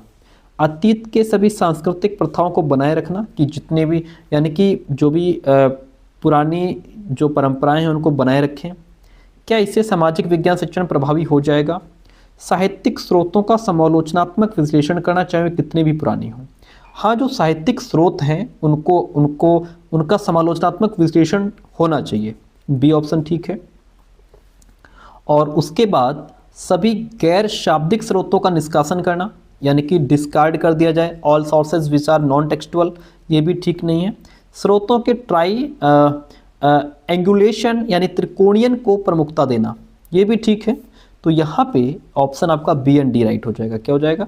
B and D only right over here. अगला प्रश्न लीजिए। कक्षा में सामाजिक न्याय के प्रति संवेदनशीलता को प्रोत्साहित किया जा सकता है? सामाजिक न्याय के प्रति संवेदनशीलता को प्रोत्साहित किया जा सकता है। कक्षा में विचार विमर्श के दौरान समकालीन जन आंदोलनों और पक्ष समर्थन की कहानियों के अंशों को शामिल करके किया जा सकता है। भारतीय सामाजिक परिवेश के ऐतिहासिक संदर्भों को एक गैर बराबर शक्ति समीकरण के रूप में देकर के भी किया जा सकता है। सामाजिक न्याय पर आधारित संवैधानिक प्रावधानों को कक्षा चर्चाओं में शामिल करके भी किया जा सकता है।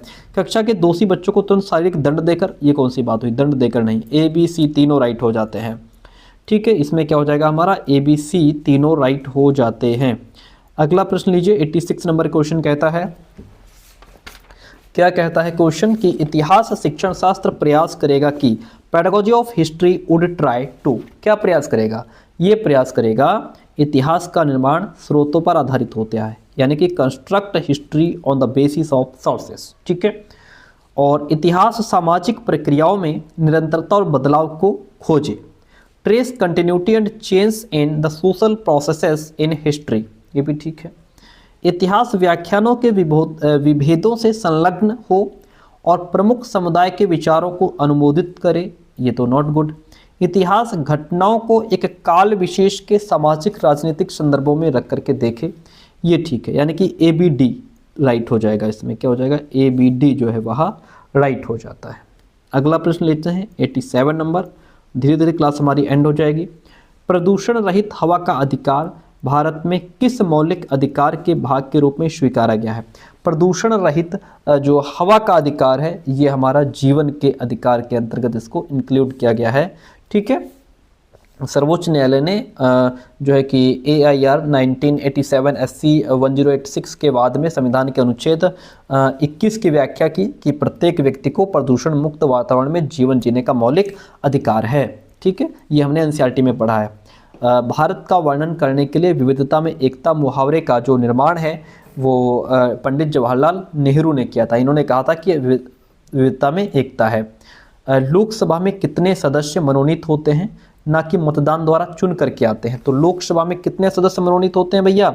लोकसभा में 2 सदस्य मनोनीत होते हैं। ठीक है, अनुच्छेद 331 के अंतर्गत अधिकतम 2 सदस्यों को मनोनीत किया जा सकता है। ठीक है, चलिए अगला प्रश्न, आज का लास्ट प्रश्न आपके सामने है, और फिर इसके बाद हम लोग, अगर आप लोग कहेंगे कमेंट करके बताएंगे तो CDP भी करवा दिया जाएगा, सुपरफास्ट रिवीजन करवा दिया जाएगा।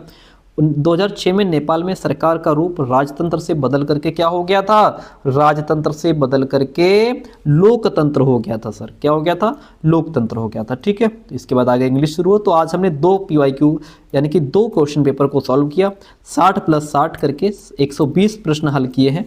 कैसी रही क्लास, कमेंट करके जरूर बताइए। थैंक यू सो मच, मिलते हैं बहुत जल्दी नेक्स्ट क्लास में। ये जरूर बता करके जाइए ये तरीका सही है या जो हम लोग पहले कर रहे थे थ्योरी टैग करके वो तरीका सही है। Thank you so much.